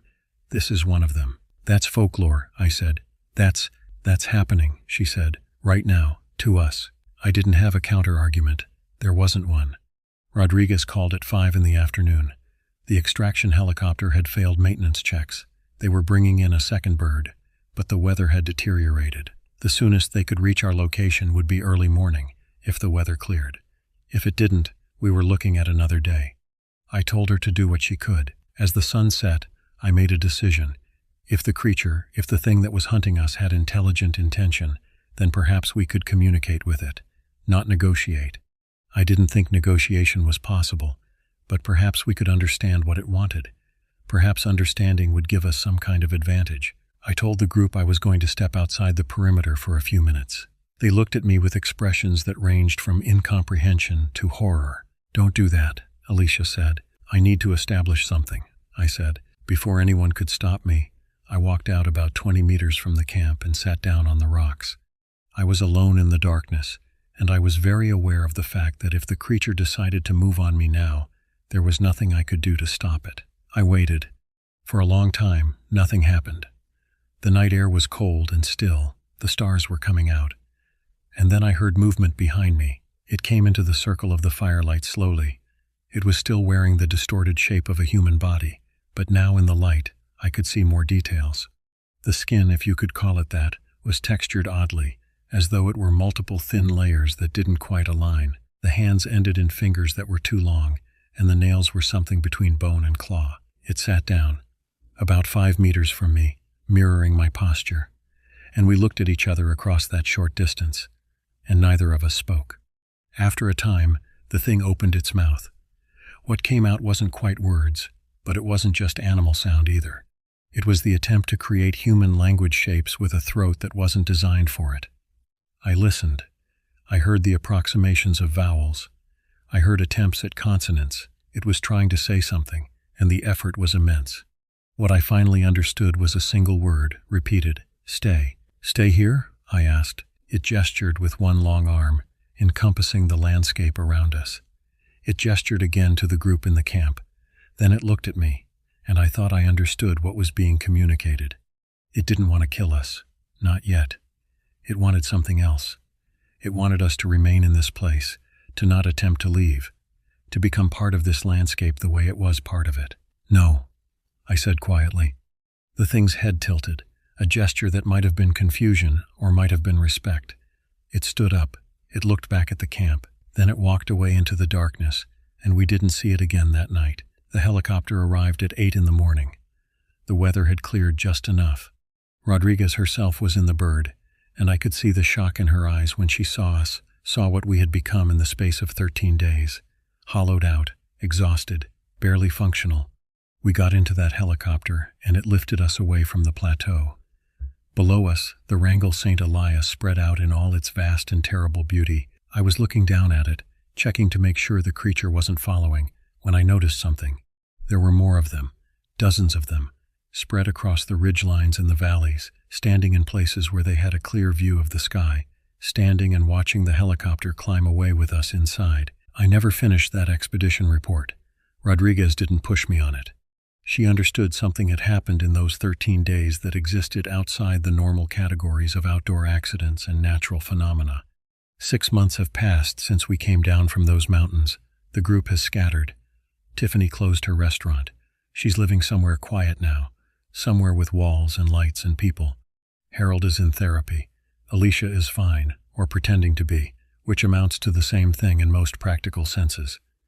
Jordan has started having panic attacks.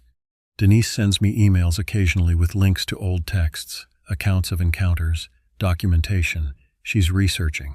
She's trying to understand. I still work as a guide, but I don't take parties into the Wrangell St. Elias anymore. Rodriguez said it was optional, but I understood it wasn't. There's something in the backcountry up there that doesn't want to be discovered and doesn't want to be forgotten. Something old and intelligent and patient. And sometimes, in the quiet hours just before dawn, I think I can hear it singing.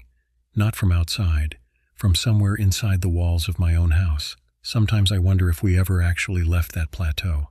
Sometimes I wonder if the helicopter ride was real, if Rodriguez was real, if coming home was anything more than the thing showing me what I wanted to see, keeping me compliant in the illusion that I had escaped. But I'm still here, I'm still speaking, I'm still remembering, and that has to count for something. We haven't heard list from Mater. Kisses,